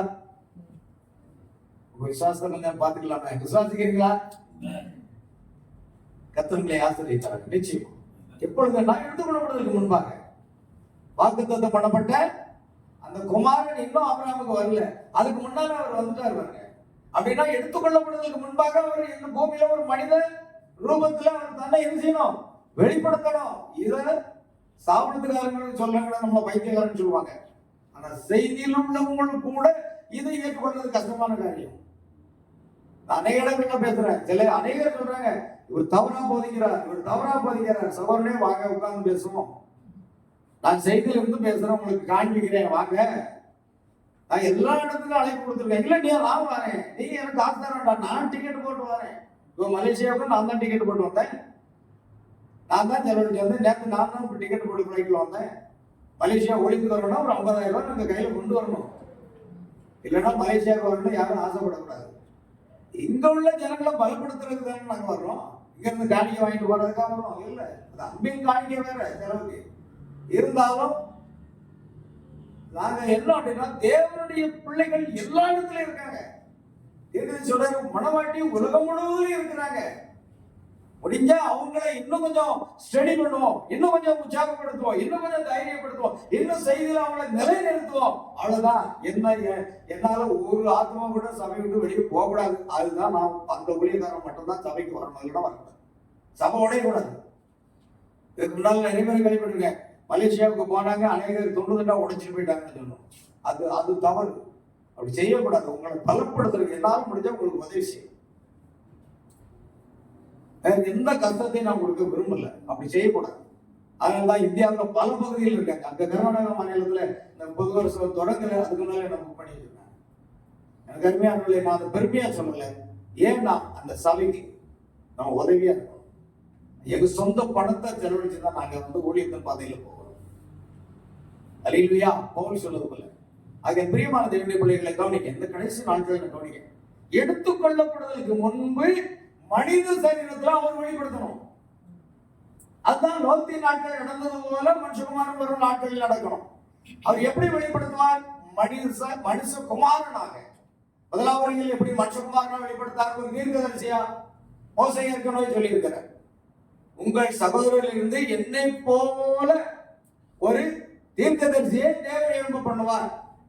அவருடைய சொல் கேளாதவன் எவனோ அவன் ஜனத்தில் இராதபடி நிர்மலமாக்கப்படுவான் என்று மோசே காலத்தில் சொல்லப்பட்ட வார்த்தை அப்போஸ்தலர்கள் அதை அப்படியே பேசுறாங்க, திரும்ப பேசுறாங்க. அப்ப இந்த கடைசி காலத்துல பிரியமானவர்களே நாம் கவனிக்கிறோம், மனுஷகுமாரன் வரணும், தன்னை வெளிப்படுத்தணும். அது எப்பொழுது அதை வெளிப்படுத்துகிறார்? அது எடுத்துக்கொள்ளப்படுதலுக்கு முன்பு என்பதை நாம் மறந்து போகக்கூடாது. எடுத்துக்கொள்ளப்படுதல் நடந்து விட்டது என்று சொன்னால் அவர்கள் தவறு செய்கிறார்கள். ஒரு சிறு காரியத்தை சொல்றேன், கொஞ்சம் விலகி. நான் கொஞ்சம் கரண்டு முரடாவும் பேசுவேன், பார்க்கும்போது சாங்க தெரிவேன். ஒரு தம்பி என் சபையில் ஒரு பிரதர் இருந்தார். பிரசங்கப்படத்தில் பேசக்கூடாது, கர்த்தர் என்ன மன்னிப்பாராக. இருந்தாலும் நம்ம செய்தின்னு பேசும்போது யோகசாமர் என்ன செய்யறாரு, திடீர்னு பாம்பு குட்டிகளே அப்படின்னு கடிந்து பேசுறாரு. அதே நேரத்துல அங்க நம்ம பார்க்கிறோம், வணங்கா கருத்துள்ளவர்கள் சேவன் பேசுறாரு. இயேசு கிறிஸ்து மாயக்காரனாகிய வேதபாரகரே பரிசேயரே உங்களுக்கு ஐயான்னு பேசுறாரு. இப்ப நாம மட்டும் எப்படி பேச முடியும்? அந்த ஆவியான பரிசுத்த ஆவி நமக்குள்ள இருக்கும்போது கடிந்தான் பேச முடியும், வழி இல்லை. ஒரு குடும்பம் வந்து நல்ல செய்தியில வந்தாங்க, நல்லா இருந்தாங்க, செய்தாங்க. திடீர்னு ஏதோ ஒரு தவறான உபதேசத்துல போயிட்டாங்க. வயசுட்டு அவர் சொல்றாங்க, இப்பொழுது நாங்கெல்லாம் எடுத்துக்கொள்ளப்பட்டோம். இப்ப 1000 வருஷ அரசாட்சி நடந்து கொண்டிருக்கிறது. நான் எடுத்துக்கொள்ளப்படுவதில் போயிட்டீங்க. நான் எடுத்துக்கொள்ளப்படுவதில் கொள்வனையும் கிடையாது, கொடுப்பனையும் கிடையாது. ஏன்னா அந்த சொரப்பி வந்து நம்ம வீட்டுக்கு போய்விட்டு இருக்கோம் அப்படின்னு சொல்றாரு. அடுத்து கோவாவின் நாட்கள்ல அவர்கள் எழுதிட்டாங்க, புசித்தோம், குடித்தோம், பெண் கொண்டோம், பெண் கொடுத்தோம், இப்படித்தான் இருந்தது. ஆனால் அங்க என்ன இல்லை, பெண் கொடுப்பதும் இல்லை, பெண் எடுப்பதும் இல்லை, புசிப்பதும் இல்லை, குடிப்பதும் இல்லை. அப்படிப்பட்ட ஒரு ராஜ்யத்தை நம்ம சுதந்திரிப்போம். நாம் எடுத்துக்கொள்ளப்படும் பொழுது அழிவுள்ள சரீரம் அழியாமை தெரிந்து கொள்ளும். அந்த நேரத்துல சொல்லப்போனா இனச்சொரப்பி நமக்கு இருக்காது. இந்த உலகத்துல பிள்ளைகளை பெற்றுக்கொள்வதற்காக தான் இனச்சொரப்பிகளை கத்தர் வைத்திருக்காங்க. இப்பொழுது அந்த குடும்பம், அந்த சபை விட்டு பிரிந்து போன அந்த குடும்பம் வந்து நாங்க இப்படி எடுத்துக்கொள்ளப்படுதல் இருக்கிறோம் அப்படின்னு சொன்னாங்க. நாங்க வாக்கப்படுதல் எடுத்துக்கொள்ளப்படுதல்ல உயிர்த்தெழுதலில் கொள்வனையும் கொடுப்பனும் இல்லை. அது ஒரு உண்மை பற்றி ஆண்டவர் சொல்றாரு. எங்க சகோதரர்கள் 7 பேர் இருந்தாங்க. ஒருவன் விவாகம் செய்து அவன் மரித்து போனான், 2வது விவாகம் செய்தான், அவனும் மரித்தான். இப்படி 7 பேரும் விவாகம் செய்து அவள் பிள்ளை இல்லாமல் மரித்து போனான். உயிர்த்தெழுதலில் இவள் யாருக்கு மனைவியா இருப்பாள்னு ஒரு கேள்வி கேட்கிறாங்க. இயேசு கேட்கிறாரு, உயிர்த்தெழுதலில் கொள்வனையும் கிடையாது, கொடுப்பனையும் கிடையாது. அவர்கள் யாரை போல இருப்பார்களா? தேவதூதர்களை போல இருப்பார்கள் என்று சொல்லி முடிக்கிறார். நீங்க தேவனுடைய வல்லமையை அறியாதவர்கள் தப்பான எண்ணம் கொள்கிறீர்கள் சொல்றாரு. இப்ப நாங்க நீங்க 1000 வருஷ அரசாட்சி நீங்க எடுத்துக்கொள்ளப்பட்டது நடந்துட்டீங்க. உங்க மனைவிக்கு எப்படி குழந்தை பிறந்தன்னு ஒரு கேள்வி கேட்டேன். உங்க மனைவி குழந்தை பெற்று எடுத்திருக்காரு இல்லையா? எடுத்துக்கொள்ளப்படுறதில்ல, உயிர்த்தெழுதல கொள்வனும் கிடையாது, கொடுப்பனும் கிடையாது, அடுத்து இனச்சொரப்பி கிடையாதுன்னா எப்படி நீங்க அந்த குடும்ப வாழ்க்கை வாழ்றீங்க? எப்படி அந்த குழந்தை பிறந்தது? அதுக்கு அவங்களால பதில் சொல்ல முடியல. ஏன்னா செய்தியோடு இணையல. செய்தியோடு என்ன செய்யல? இணையல. தீர்க்கதரிசி கூட சொல்றாரு, 1000 வருஷ அரசாட்சியிலே நமக்கு குழந்தைகள் பிறக்குமா அப்படின்னு கேட்கும்போது இருக்கலாம், எனக்கு தெரியாது அப்படின்னு சொல்லி தெரியாதுன்னு சொல்லி முடிச்சுட்டு போயிட்டாங்க. தெரியாதவன்றை தெரியும் என்று தீர்க்கதரிசி பேசல. அதே அந்த புதிய நாமத்தை பற்றி கேட்கிறாங்க. ஒரு புதிய நாமம், அது என்ன? அந்த புதிய நாமம் நமக்கு என்ன அப்படின்னு சில பேர் புதிய நாமம்னு சொல்லி தலைப்பு போட்டு எக்ஸ்பிளைன் பண்ணுவாங்க. சில பேர் பிரணாமம் தான் புதிய நாமம் அப்படின்னு சொல்லுவாங்க. ஆனா பிரணாமண்டத்துல போய் அந்த புதிய நாமத்தை பற்றி கொஞ்சம் சொல்லுங்க அப்படின்னா அது எனக்கு இன்னும் வெளிப்படவில்லை, அது எனக்கு தெரியாது. ஒருவேளை நாம அங்கு செல்லும் போது அந்த புதிய நாமம் கொடுக்கப்படலாம். இவ்வளவுதான் அவருடைய கொஸ்டின், அவருடைய பதில். தெளிவா ஒரு தீர்க்கதரிசி எனக்கு வெளிப்படுத்ததை மட்டும்தான் நான் சொல்லுவேன், வெளிப்படுத்தாததை நான் சொல்ல முடியாதுன்னு சொல்லி முடிச்சிடும் போது நாம தோண்டி எடுக்க கூடாது. தோண்டி இதுக்கு இதுதான் அர்த்தமா இருக்குமா, அதுக்கு அதுதான் அர்த்தமா இருக்குமான்னு நாம கணிச்சு ஜனங்களை தவறான பாதையில் என்ன செய்யக்கூடாது, இருக்காலும் வழி நடத்தி விடக்கூடாது. ஏன்னா தீர்க்கதரிசனுடைய செய்தியை நம்ம அப்படியே கொண்டு போகணும். ஆமென். நீங்க பாருங்க, ஒவ்வொரு செய்திக்கு தலைப்புக்கும் பிடிஎஃப் நாங்க வச்சிருக்கிறோம். அந்த பிடிஎஃப் தலைப்பு கொடுக்கும் 3 வருகைகள். அது 3 முறை வருகிறார். அந்த தலைப்பை நம்ம கொடுத்துருக்கோம். அதே போல இங்க அருமையாக 3 காரியங்களை வைத்திருக்கிறார். ஆண்டவருக்கு சோதனை உண்டாகட்டும். பிரியமான தேவனுடைய பிள்ளை கவனிங்க. இப்பொழுது எடுத்துக்கொள்ளப்படுவதற்கு முன்பாக மனித ரூபத்தில் வந்த அந்த எலோகிம், தீர்க்கதரிசி பிரணாம் அவரை எலோகிம்னு சொல்றார். அவர் புசித்தார், அவர் குடித்தார், அவர் மாட்டின் பாலை குடித்தார், இறைச்சி சாப்பிட்டார், எல்லாம் நடந்தது. பிற்போக்கால திட்டத்தில் உன்னிடத்தில் வருவேன், அப்பொழுது உன் மனைவி ஆகிய சாராள் உனக்கு ஒரு குமாரனை பெறுவாள். அடுத்து கர்த்தரும் ஆபிரகாமும் நின்று கொண்டிருந்த பொழுது 2 தூதர்களும் சோதோமை நோக்கி போய்விட்டார்கள். இது என்ன நடந்தது என்றால், கர்த்தர் அங்கிருந்து கடந்து போய்விட்டார். பூமியில தான் இருக்கிறார். அவன் கண்களுக்கு மறைந்து போயிட்டார். வல்லமுள்ள தூதனாகி கிறிஸ்து பூமிக்கு இறங்கி வந்தார். இப்பொழுது நம்ம மத்தியில் தான் இருக்கிறார், போகல. மீண்டும் அவர் பரலத்துக்கு போயிட்டாரா? இல்லை, அவர் இறங்கி வந்திருக்கிறார், அவ்வளவுதான். முடிச்சா நம்ம அடுத்து நாட்கள்ல நம்ம அடுத்து வரக்கூடிய செய்தியில அதை நம்ம பார்க்க போறோம். ஏன்னா இந்த மணி நேரத்துக்கான செய்தியை தான், இந்த மணி நேரத்துக்கான செய்தியை நம்ம தெரிந்து கொள்ளணும். இங்கதான் நல்ல தவறான வஞ்சக போதகங்கள் வருகிறதை நாம் பார்க்கிறோம் பிரியமானவர்களே. ஏன்னா தேவனால் நாம் எச்சரிக்கப்பட்டிருக்கிறோம். செய்தியிலிருந்து ஒரு வார்த்தையை நீங்க கூட்டாதீங்க, ஒரு வார்த்தையை நீங்க குறைக்காதீங்க அப்படின்னு பைபிள்லேயே எச்சரிக்கிறது மாதிரி பிரணாமும் சொல்றாரு. நீங்க செய்தியில என்ன இருக்கிறதோ அதை அப்படியே விசுவாசிங்க, ஒன்றே கூட்டாதீங்க, ஒன்றையோ என்ன செய்யாதீங்க, எடுத்து போடாதீங்க அப்படின்னு சொல்லி தெளிவாக அவர் நமக்கு விளக்கி கொடுக்கிறார். அதனால நாம கற்றுக்கொள்ள வேண்டிய ஒரு காரியம் என்னன்னா, இந்த கடைசி நாட்களில் அவர் மனுஷகுமாரனாக தன்னை வெளிப்படுத்தி கொண்டு இருக்கிறார் அப்படின்னு பிரபலம் சொல்றார். என்ன சொல்றாருன்னா, அவர் வெளிப்படுத்தினார் அல்ல, வெளிப்படுத்தி கொண்டு இருக்கிறார் அப்படின்னு சொல்றாரு. நீங்க கவனிச்சீங்கன்னா, எடுத்துக்கொள்ளப்படுதல் நடக்கல, இன்னும் மறுரூபம் ஆகல. ஏன்னா மறுரூபம் ஆகக்கூடிய அந்த செய்தி தான் இப்பொழுது யாருக்கு கொடுக்கப்படுகிறதுனா, ஆபிரகாமுக்கு கொடுக்கப்படுகிறது. ஆபிரகாம் சாராளுக்கு கொடுக்கப்பட்ட அந்த கடைசி செய்தி, அந்த கடைசி அடையாளம் சொல்ற அந்த கடைசி செய்தி, அந்த கடைசி அடையாளம் பாருங்கள். இப்பொழுது மணவாட்டிக்குரிய கடைசி அடையாளம், தேவன் தன்னை மாம்ச சரீரத்தில் வெளிப்படுத்துகிறார். தேவன் தன்னை மாம்ச சரீரத்தில் வெளிப்படுத்த கடைசி அடையாளம். நாம் அடிக்கடி சொல்வாரு, இதுதான் கடைசி செய்தி, இதுதான் கடைசி செய்தியாளம், இதுதான் கடைசி அடையாளம் மாட்டேங்கிறார். அந்த அடையாளம் மனித ரூபமாக தோன்றி தேவன் தன்னை ஆபிரகாமுக்கு வெளிப்படுத்தி காட்டுகிறது. அதே போல இந்த கடைசி நாட்களில் நாம் மறுரூபம் அடைவதற்கு முன்பாக தேவன் மனித ரூபத்திலே, மனித சரீரத்தை ரூபத்தில் வந்து ஆபிரகாமுடைய ராஜரீக சந்ததிக்கு தன்னை வெளிப்படுத்தி காண்பிப்பார்கள். ஆபிரகாமுடைய ராஜரீக சந்ததிக்கு அது கண்டிப்பா அதே தான் நடக்குங்கிறார். ஆனா அநேகர் அதை காண தவறி விடுவார்கள் அப்படிங்கிற, அநேகர் அந்த அடையாளத்தை காண தவறி விடுவார்கள். இவை நடந்தது என்ன, பிற்போக்கால திட்டத்தில் வருவேன், அப்பொழுது உன் மனைவியாகிய சாராள் ஒரு குமாரனை பெறுவாள். அந்த வாக்குத்தத்தம் நிறைவேறல. வாக்குத்தத்தம் பண்ணப்பட்ட குமாரன் வருவதற்கு முன்பாக, அல்லது ஆபிரகாமின் சரீரம், ஏவாள் அந்த சாராளுடைய சரீரம் மாற்றப்படுவதற்கு முன்பாக நடக்கிற சம்பவம். அவர் வந்து வார்த்தையை கொடுத்து அங்கிருந்து கடந்து செல்லும் பொழுது என்ன நடக்கிறதுனா, சாராள் கர்ப்பம் தருகிறார். அடுத்து 10 மாதங்களுக்குள்ளாக ஒரு குமாரனை பெறுகிறார். அதற்கு என்ன நடந்தது என்றால், ஆபிரகாமுடைய சரீரத்தையும் சாராளுடைய சரீரத்தையும் கர்த்தர் இளமையாக மாற்றினார் அப்படின்னு நான் சொல்றேன். ஆபிரகாமுடைய சரீரத்தையும் சாராளுடைய சரீரத்தையும் மறுரூபப்படுத்தினார், இளமையாக மாற்றினார். அது எப்பொழுது அது நடக்குது அப்படின்னு சொன்னா, அது ஆபிரகாமை சந்தித்த தேவன் மனித உருவில் சந்தித்த பிற்பாடுதான் அந்த விசுவாசங்கள் செயல்பட ஆரம்பிக்கிறது.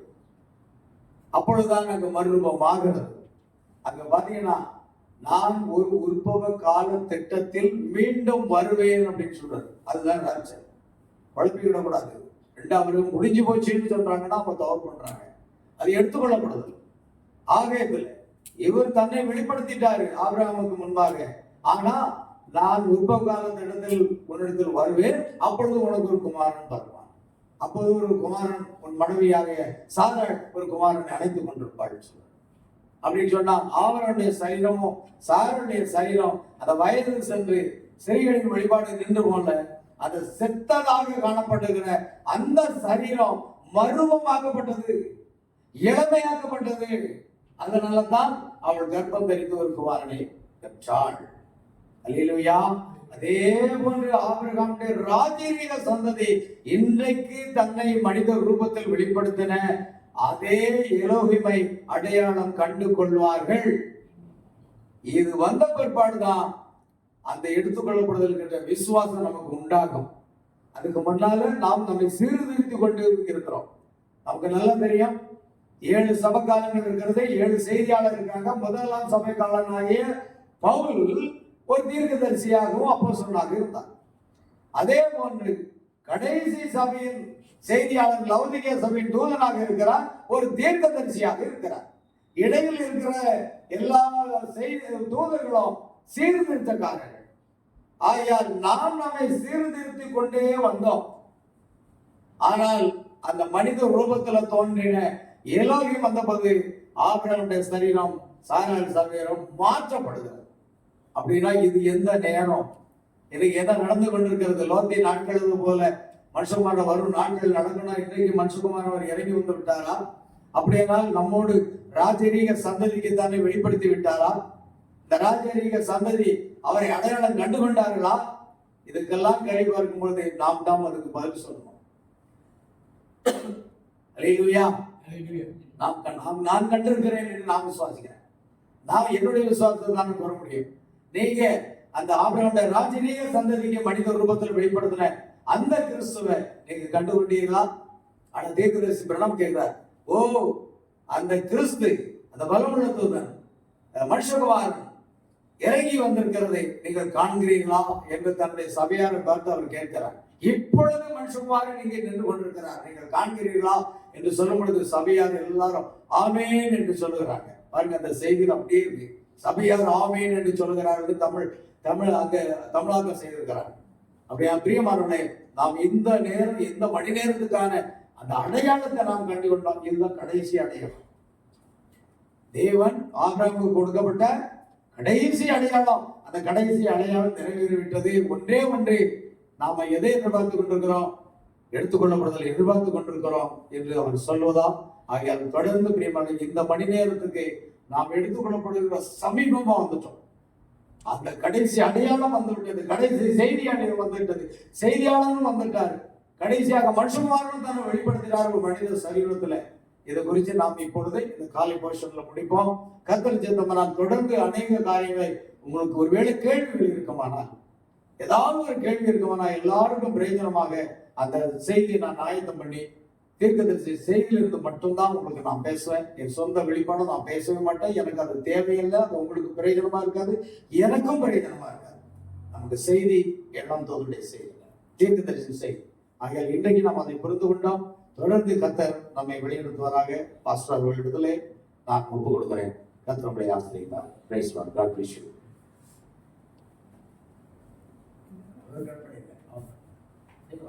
அடிச்சிருக்கு.